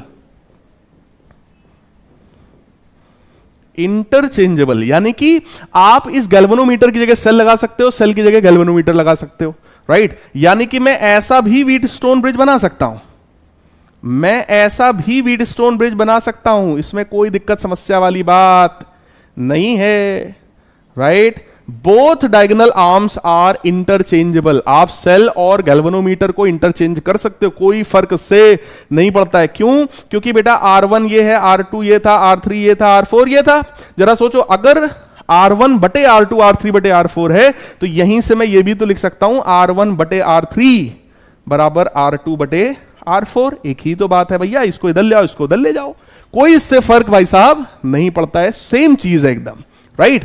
बस आखिरी एक कॉन्सेप्ट अपने पास और है, यानी कि इसका हम लोग और किस तरीके से देख सकते हैं। तो मैंने आप लोगों को क्लास में बताया था कुछ इस तरीके से, कुछ इस तरीके से मैंने आपको बताया था कि ऐसा भी बेटा बना करके दिखाया जा सकता है। ये 2 ओम हो गया, ये 4 ओम हो गया, ये 3 ओम हो गया, ये आपका 6 ओम हो गया, और ये वाला हमारा जो है वो 5 ओम हो गया, राइट?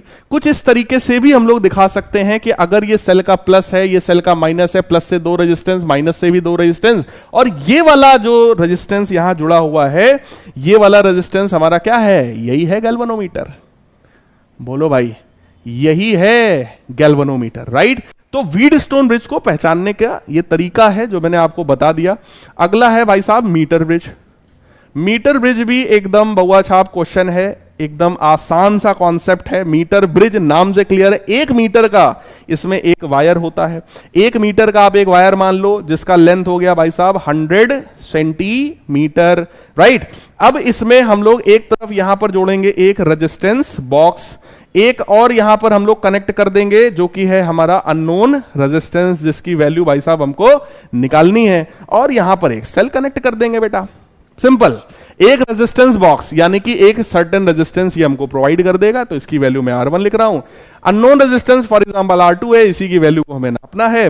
ये 100 सेंटीमीटर का वायर है और ये हमारा एक सेल है, राइट? और क्या करोगे आप? एक इसमें जोड़ोगे गैल्वेनोमीटर। तो ये हमने एक गैल्वेनोमीटर जोड़ा। गैल्वेनोमीटर को एक मूवेबल पिन के साथ जोड़ दिया जाता है जिसको जॉकी बोलते हैं। वो जॉकी A से B के बीच में कहीं ना कहीं पर टच करेगी, राइट? जैसे ही टच करेगी, जरा चेक करो, अगर ये वाला लेंथ L है तो भाई साहब ये वाला लेंथ 100 माइनस L हो जाएगा, क्योंकि वायर की लेंथ में जैसे जैसे लेंथ बढ़ेगा भाई साहब वैसे वैसे रेजिस्टेंस भी उसका बढ़ता जाएगा। तो आप लोग ध्यान से देखो, R1 बटे resistance of AJ is equal to R2 बटे रेजिस्टेंस ऑफ JB। सिंपल, यहां से अगर ये बैलेंस स्टेट में, और बैलेंस कैसे पता चलेगा? अगर गैल्वेनोमीटर में करंट ना जाए तो ये किस कंडीशन में है? बैलेंस स्टेट में है। यानी कि R1 बटे R2 जो है that is resistance of AJ upon resistance of JB, और resistance directly proportional to length होता है, तो K times length of AJ upon K times length of JB। K से K कट गया तो लेंथ ऑफ AJ बटे length of AB। Length of AJ हमने कितना मान रखा है? L। लेंथ ऑफ AB हमने कितना मान रखा है? 100 माइनस L। तो यहां से एक आपका एकदम आसान सा एक फॉर्मूला बन जाता है, ये वाला, राइट। R1 बटे R2 बराबर L अपॉन 100 माइनस L। लेकिन मैं आपसे कहूंगा कि बेटा ये याद करो, ये याद करो, और उसमें याद भी कुछ नहीं करना, ये तो व्हीटस्टोन ब्रिज ही है। बोलो क्या ये बात आप सबको क्लियर 100% एकदम क्रिस्टल क्लियर समझ में आ गई है? जल्दी से हार्ड स्पैम करिए सब लोग, धड़ाधड़ सब लोग भैया हार्ड स्पैम करिए। क्या ये पूरा का पूरा चैप्टर क्रिस्टल क्लियर हो गया है? पूरा का पूरा चैप्टर मेरे प्यारे लाल बाल गोपाल क्या 100% क्रिस्टल क्लियर हो गया है? हाँ हाँ, छुट्टी हो जाएगी, पूरा 2 घंटा मैंने कहा था, और 2 घंटे में पूरा का पूरा चैप्टर आपका मैंने कवर कर दिया है ना? पूरा चैप्टर बेटा, पूरा चैप्टर 2 घंटे में हम लोगों ने क्विकली रिवाइज कर लिया है। आप सब लोग अब इस लेक्चर को थोड़ा सा अपने हिसाब से, अगर आपका मन होगा स्पीड को स्लो करके आप देख सकते हो, उसमें कोई दिक्कत वाली बात नहीं है। 2 घंटे में ये लेक्चर अब आपके पास आ गया है कि कभी भी अगर आपको चैप्टर 3 रिवाइज करने का मन हो तो सिर्फ 2 घंटे में आप पूरे चैप्टर को रिवाइज कर सकते हो। और हर एक कॉन्सेप्ट मैंने पढ़ाया है, ये आप सब लोग देख भी सकते हैं, आपके सामने हर एक चीज को लिख लिख करके मैंने यहां पर समझाया है, राइट। सो मेरे प्यारे लाल बाल गोपाल, ये था अपना आज का सेशन। चलते हैं, मिलेंगे कल आप लोगों से। अब आप सब लोगों का एक काम है, आप सब लोग मुझे कमेंट करके यहां पे लेक्चर में बता दीजिएगा कि कल वाले लेक्चर में क्या हम लोग नेक्स्ट चैप्टर स्टार्ट करें यार, मैग्नेटिक इफेक्ट ऑफ करंट। सभी लोग भैया कमेंट करके बताइएगा। मिलते हैं अगली क्लास में, तब तक के लिए गुड बाय, टेक केयर।